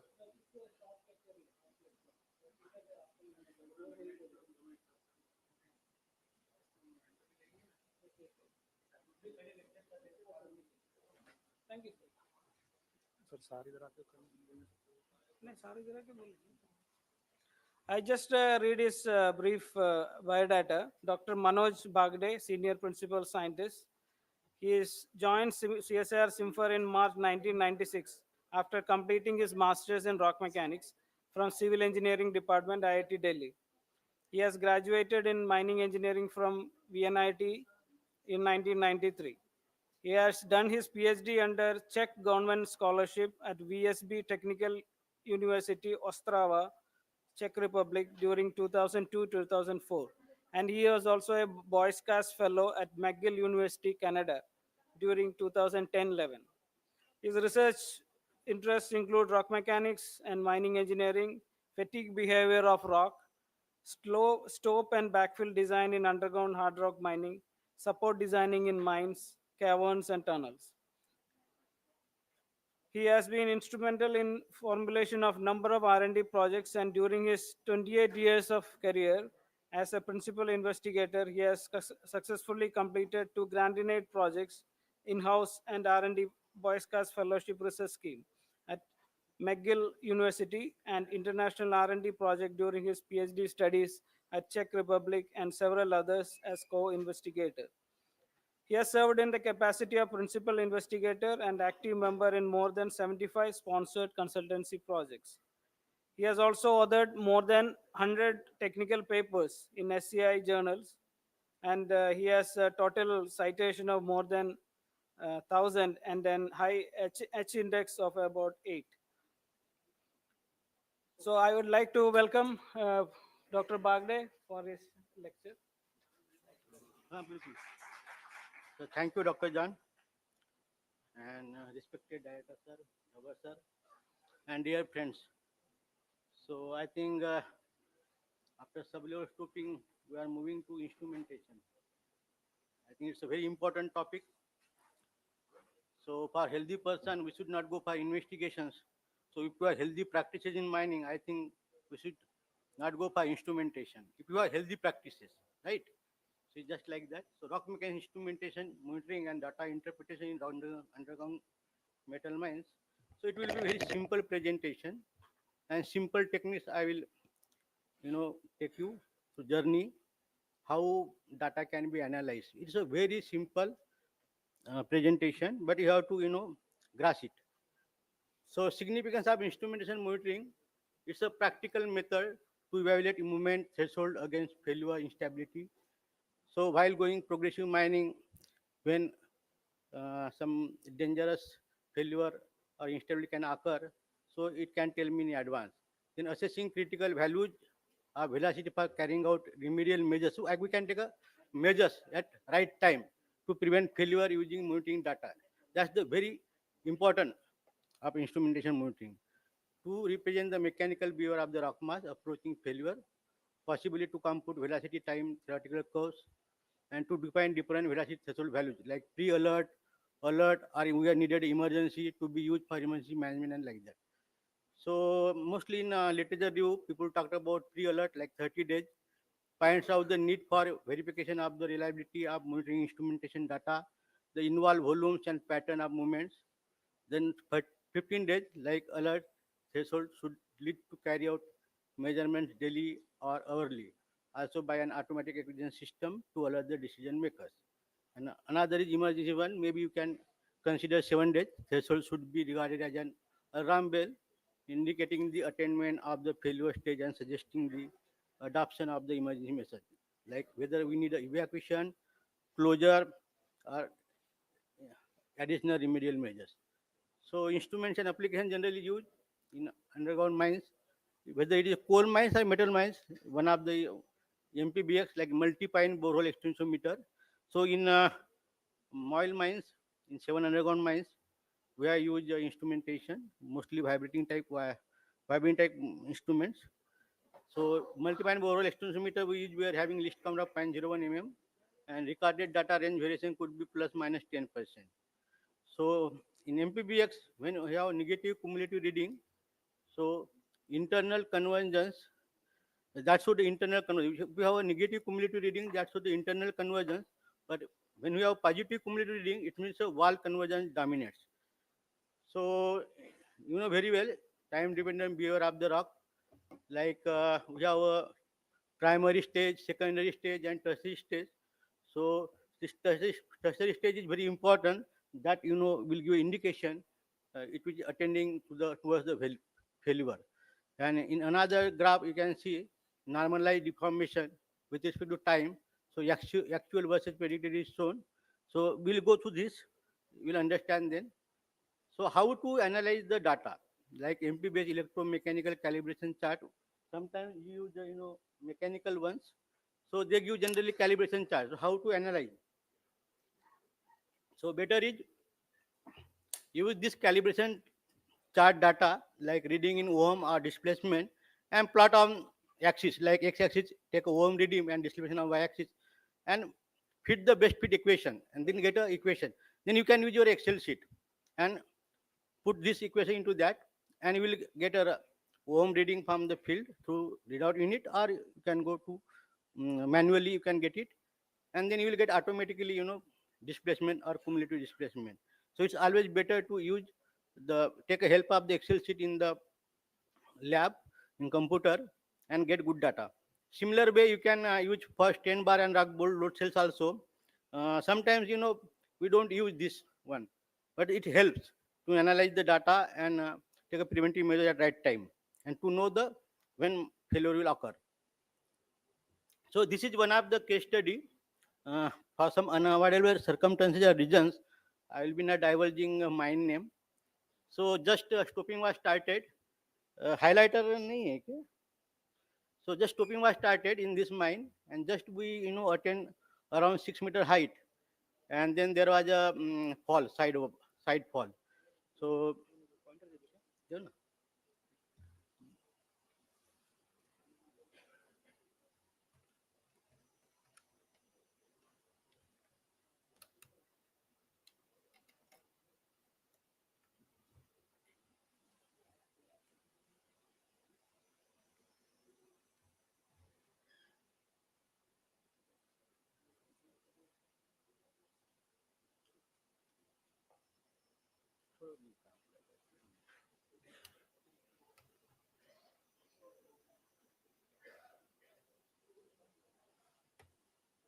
ठीक है. so in this mine, just stopping was started, and just it was attaining 3 to 6 meter height, top height, and side fall took place. It was actually major fall. So, but good thing was in while installing instruments, they are installed the sensors at different origin. That was a very good thing they did. So fourth anchor was at 20 meter deep. So deepest sensor distance from top roof at the time of fall was approximately 5 meter, and here you can see here fall took place somewhere here, and ore body width was 35 to 40 meter wide, and ore body dipping was approximately 70 degree. So footwall rock comprised of quartz mica sheet with fracture at ore body contact where fall took place, and number of boulders fallen like approximately measuring up to 3 meter or so. So actually data shows that it indicated the fall will take place. But this is a post analysis. After taking a fall, we try to understand the data, and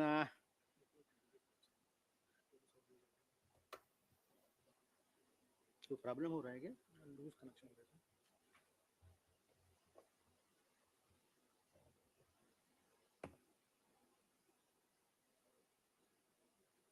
दिखता नहीं है क्या? तो जा रहा है, अभी ठीक है, जा रहा है गया. हाँ.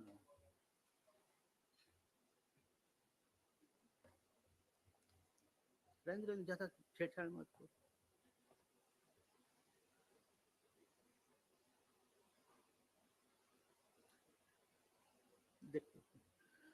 So importance of good monitoring. This is one of the eye-opening case study. I am very sorry. We have a trouble here. So nearest sensor distance from top roof at the time of fall was approximately 5 meter, and that I already told. Maximum width was 40 meter, and deep around 70 degree, and stope height at the time of fall 3 to 6 meter. So cause mica sheet fracture zone in footwall in contact with ore body. So first fall, we'll try to analyze the first fall. So average reported at 0.1 mm per day. That is approximately 0.6 mm per week, and after total cumulative displacement reached at 3 mm here. This was the first fall here. You see here it is showing incremental cumulative displacement happening.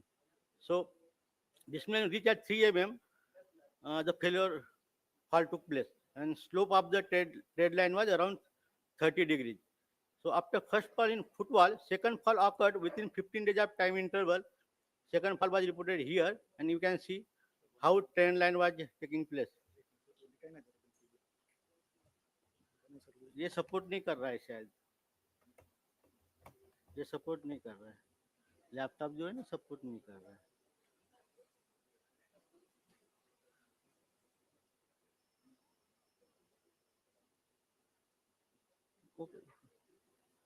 Okay, ठीक. So second fall occurred within the 15 days of time interval. This is the curve, and we have analyzed this one. So average vertical movement reported approximately 1.08 mm per day, and approximately 4.01 mm per week. And after total cumulative displacement reached at 13.468 mm, say greater than 10 mm, reached the fall took place. So slope of trade line was, this is a 45 degrees here. Okay. So monitoring a trend in MPBX. So whenever you have some data like this, so what I suggest is when we have sudden, up in the data, so find out the reasons why these sudden changes are taking place. And it's always better is take, velocity. The velocity threshold at like 5, 6 mm per day or maximum community closure at 10 mm should be regarded as an red alarm, indicating the attainment of the failure stage and suggesting the adoption of the emergency measures like evacuation of main and machinery or road closure needed or so. काम कर रहा है?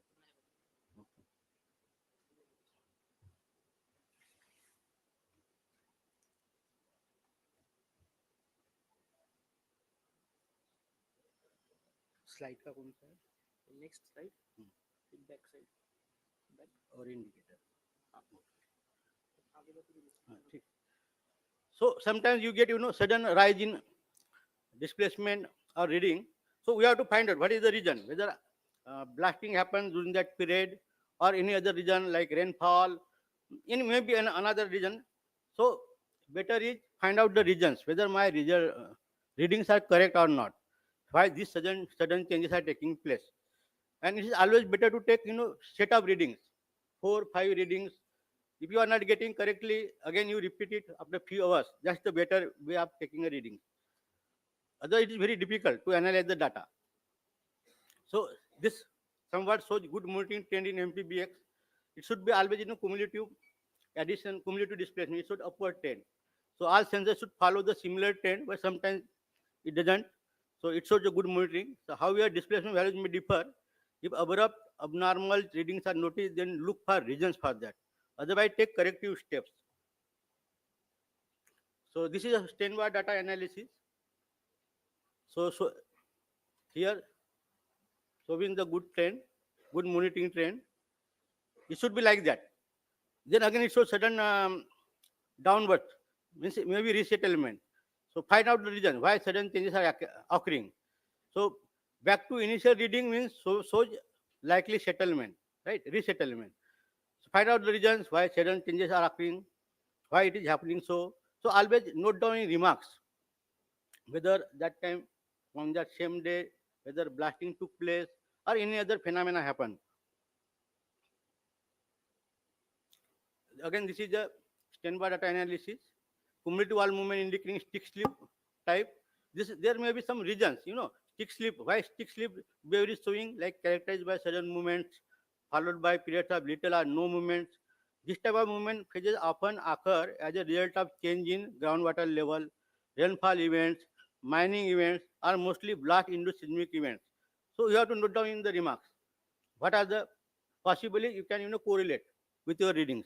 Steinbars are installed to observe stability of the corresponding stope and drift crosscut as the leading mining progresses. This is the rock gold load cell data in one of the mines. So generally installed in location like driveways and junctions, whether load is coming, so that we can take preventive measures. So maximum load bearing capacity was 30 tons. And again, if cumulative reading, negative cumulative reading is observed, then indicates relaxation of the load, and positive means reading indicates accumulation of load. It should be always positive. Again, whenever there is a some negative indication of reading is there, so you have to find out whether your bolt is tightened or not. Once it loosen, means you have to take again, start again from the beginning, initial reading. That should be the way. So this is one of the from the rock load observations.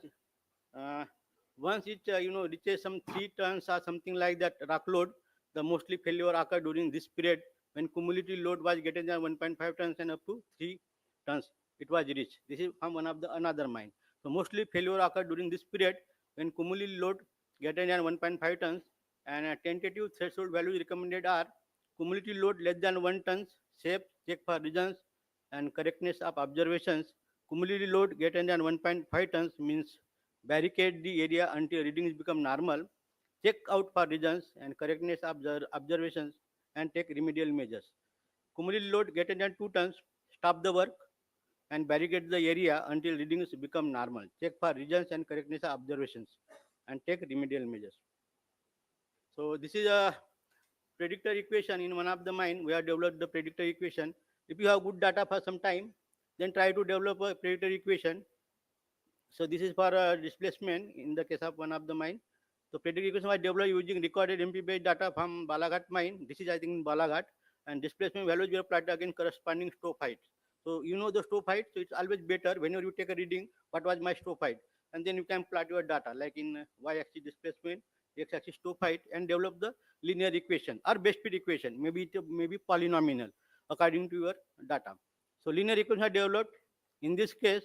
So in advance, you can plan how much cumulative displacement will be for particular stope height, so that you are ready for that. Major displacement values predicted by the equation sort closure agreement. Further refinement and validation of the equation are needed with the additional observation. But again, predictor equations are for particular that mine and particular that site. You cannot use it uniformly. This is for another mine. Here it is was a best fit was polynomial equations. Again, in this mine, strata conditions very different, and we have watery strata nearby, river is there, and sometimes in mines also sand will flow, and such are the conditions in this mine. So this was another mines. So damage in PBX sensor. In one of the mines, some sensors were damaged during blasting because stope height will go upwards. So force sensor anchored at depth 20 meter. So damage due to stope exception blasting. However, force sensor help in good monitoring and study rock mass behavior that I already talked about earlier case study. It is better to install MPBX and sensors at deeper depth and at different horizons. It always helps. So MPBX installed when stope height was approximately 13 meter, and damage due to tub movements in haulage roadways. This is from another mine. So they have installed it very close to roadways. So why I am showing this figure is whenever you install some instruments, it's a costly affair, and we can do it one time only. So it should not be damaged in between. So it is better to install at safe distances and make a manhole and install in it. तो side में थोड़ा manhole बना लीजिए और उसमें install कीजिए, not very near to the haulage roadway or something like that, because tub movement and all those things, that's why it got damaged, and then we are not able to monitor it. So stain bars installed at various locations to monitor rock mass movement, mostly between floor and roof or between 2 points. And a stain bar least count was 1 micro strain and mostly installed in walls, records vertical wall movement between 2 points. So some abnormal observations. What are the reasons? Very few to note here. Possible reasons, scenarios like human errors in taking readings, blasting seismic load happen just around that time. Maybe sensor errors sometimes, and sometimes change in water level, temperature, other conditions. So one competent mining officer shall be deputed to record and keep observed data in the proper format. Maybe use Excel sheet better. It is strongly recommended to continue monitoring on the daily basis in these mines. In the case of any anomalies observed, report to the higher management and increase frequency of observations. Find out the reasons.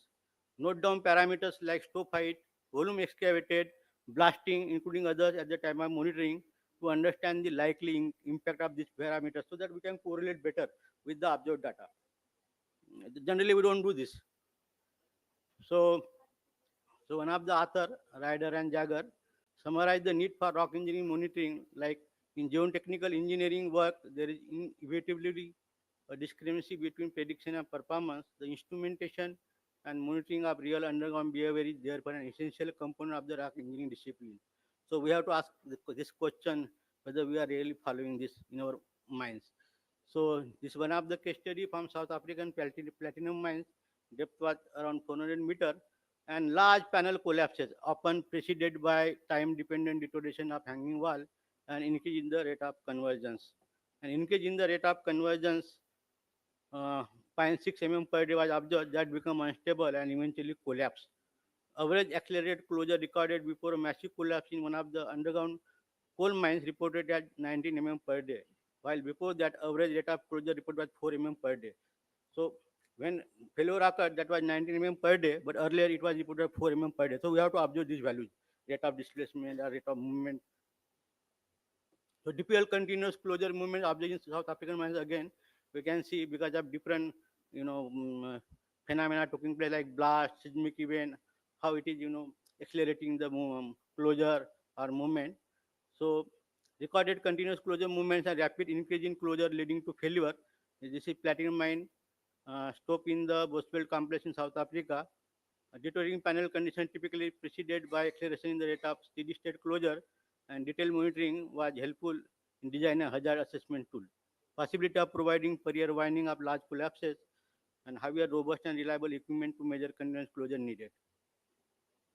And this is again one of the rate of gradual closure was a minimum Sunday when no blasting occurred. So we have to note down all those things. The effect of blasting accelerated the gradual closure in a stops. So that's why I'm asking you to note down, the events taking place on that particular day, and then try to correlate.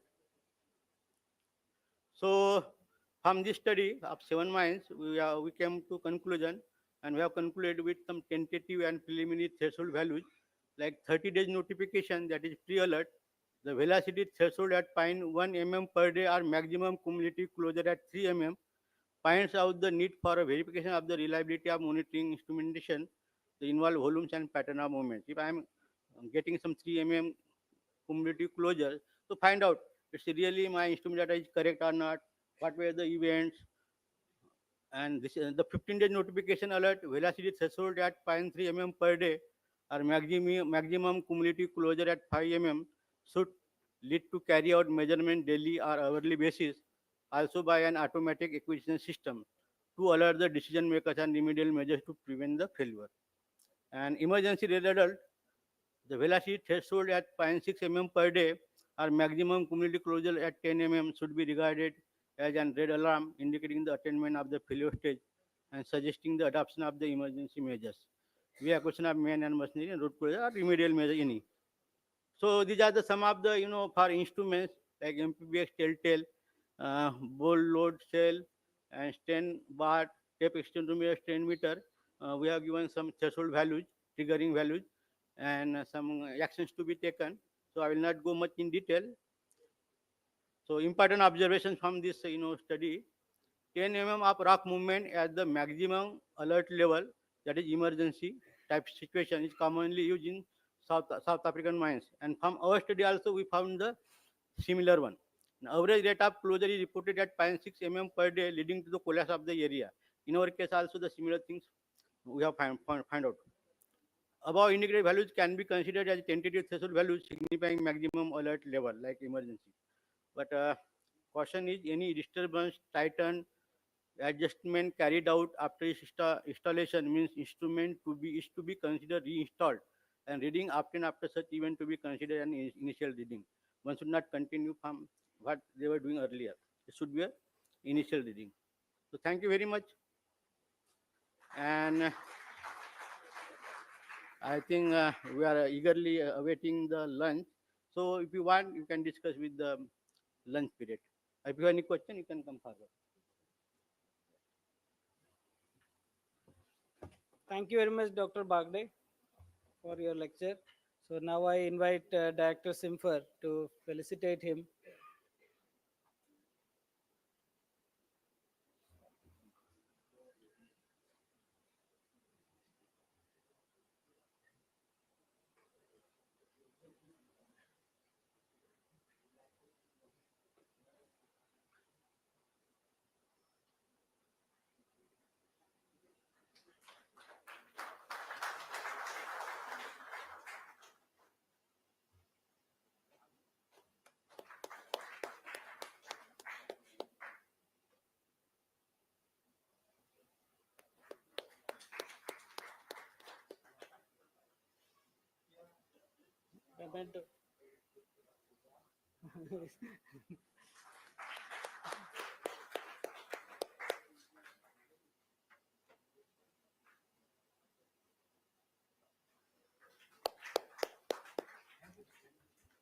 Thank you, sir. Thank you, Director, sir.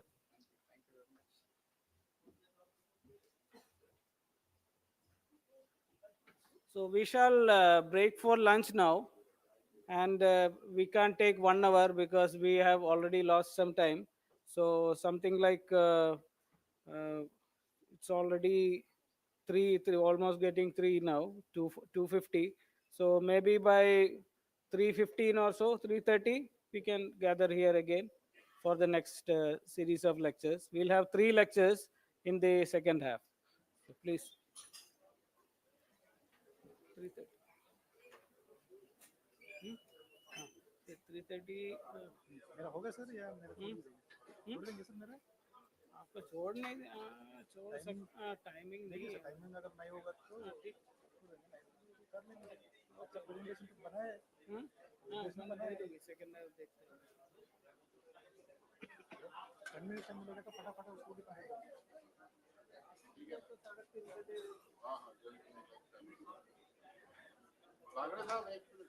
इसको लगा के रखेंगे next time में भी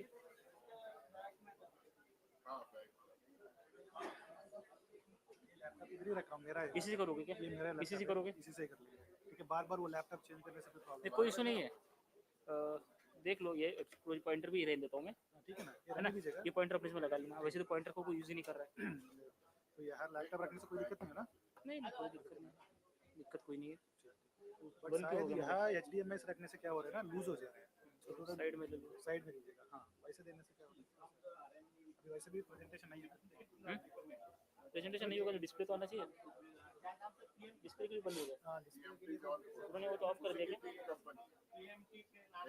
एक कलकत्ता में जौनपुर में और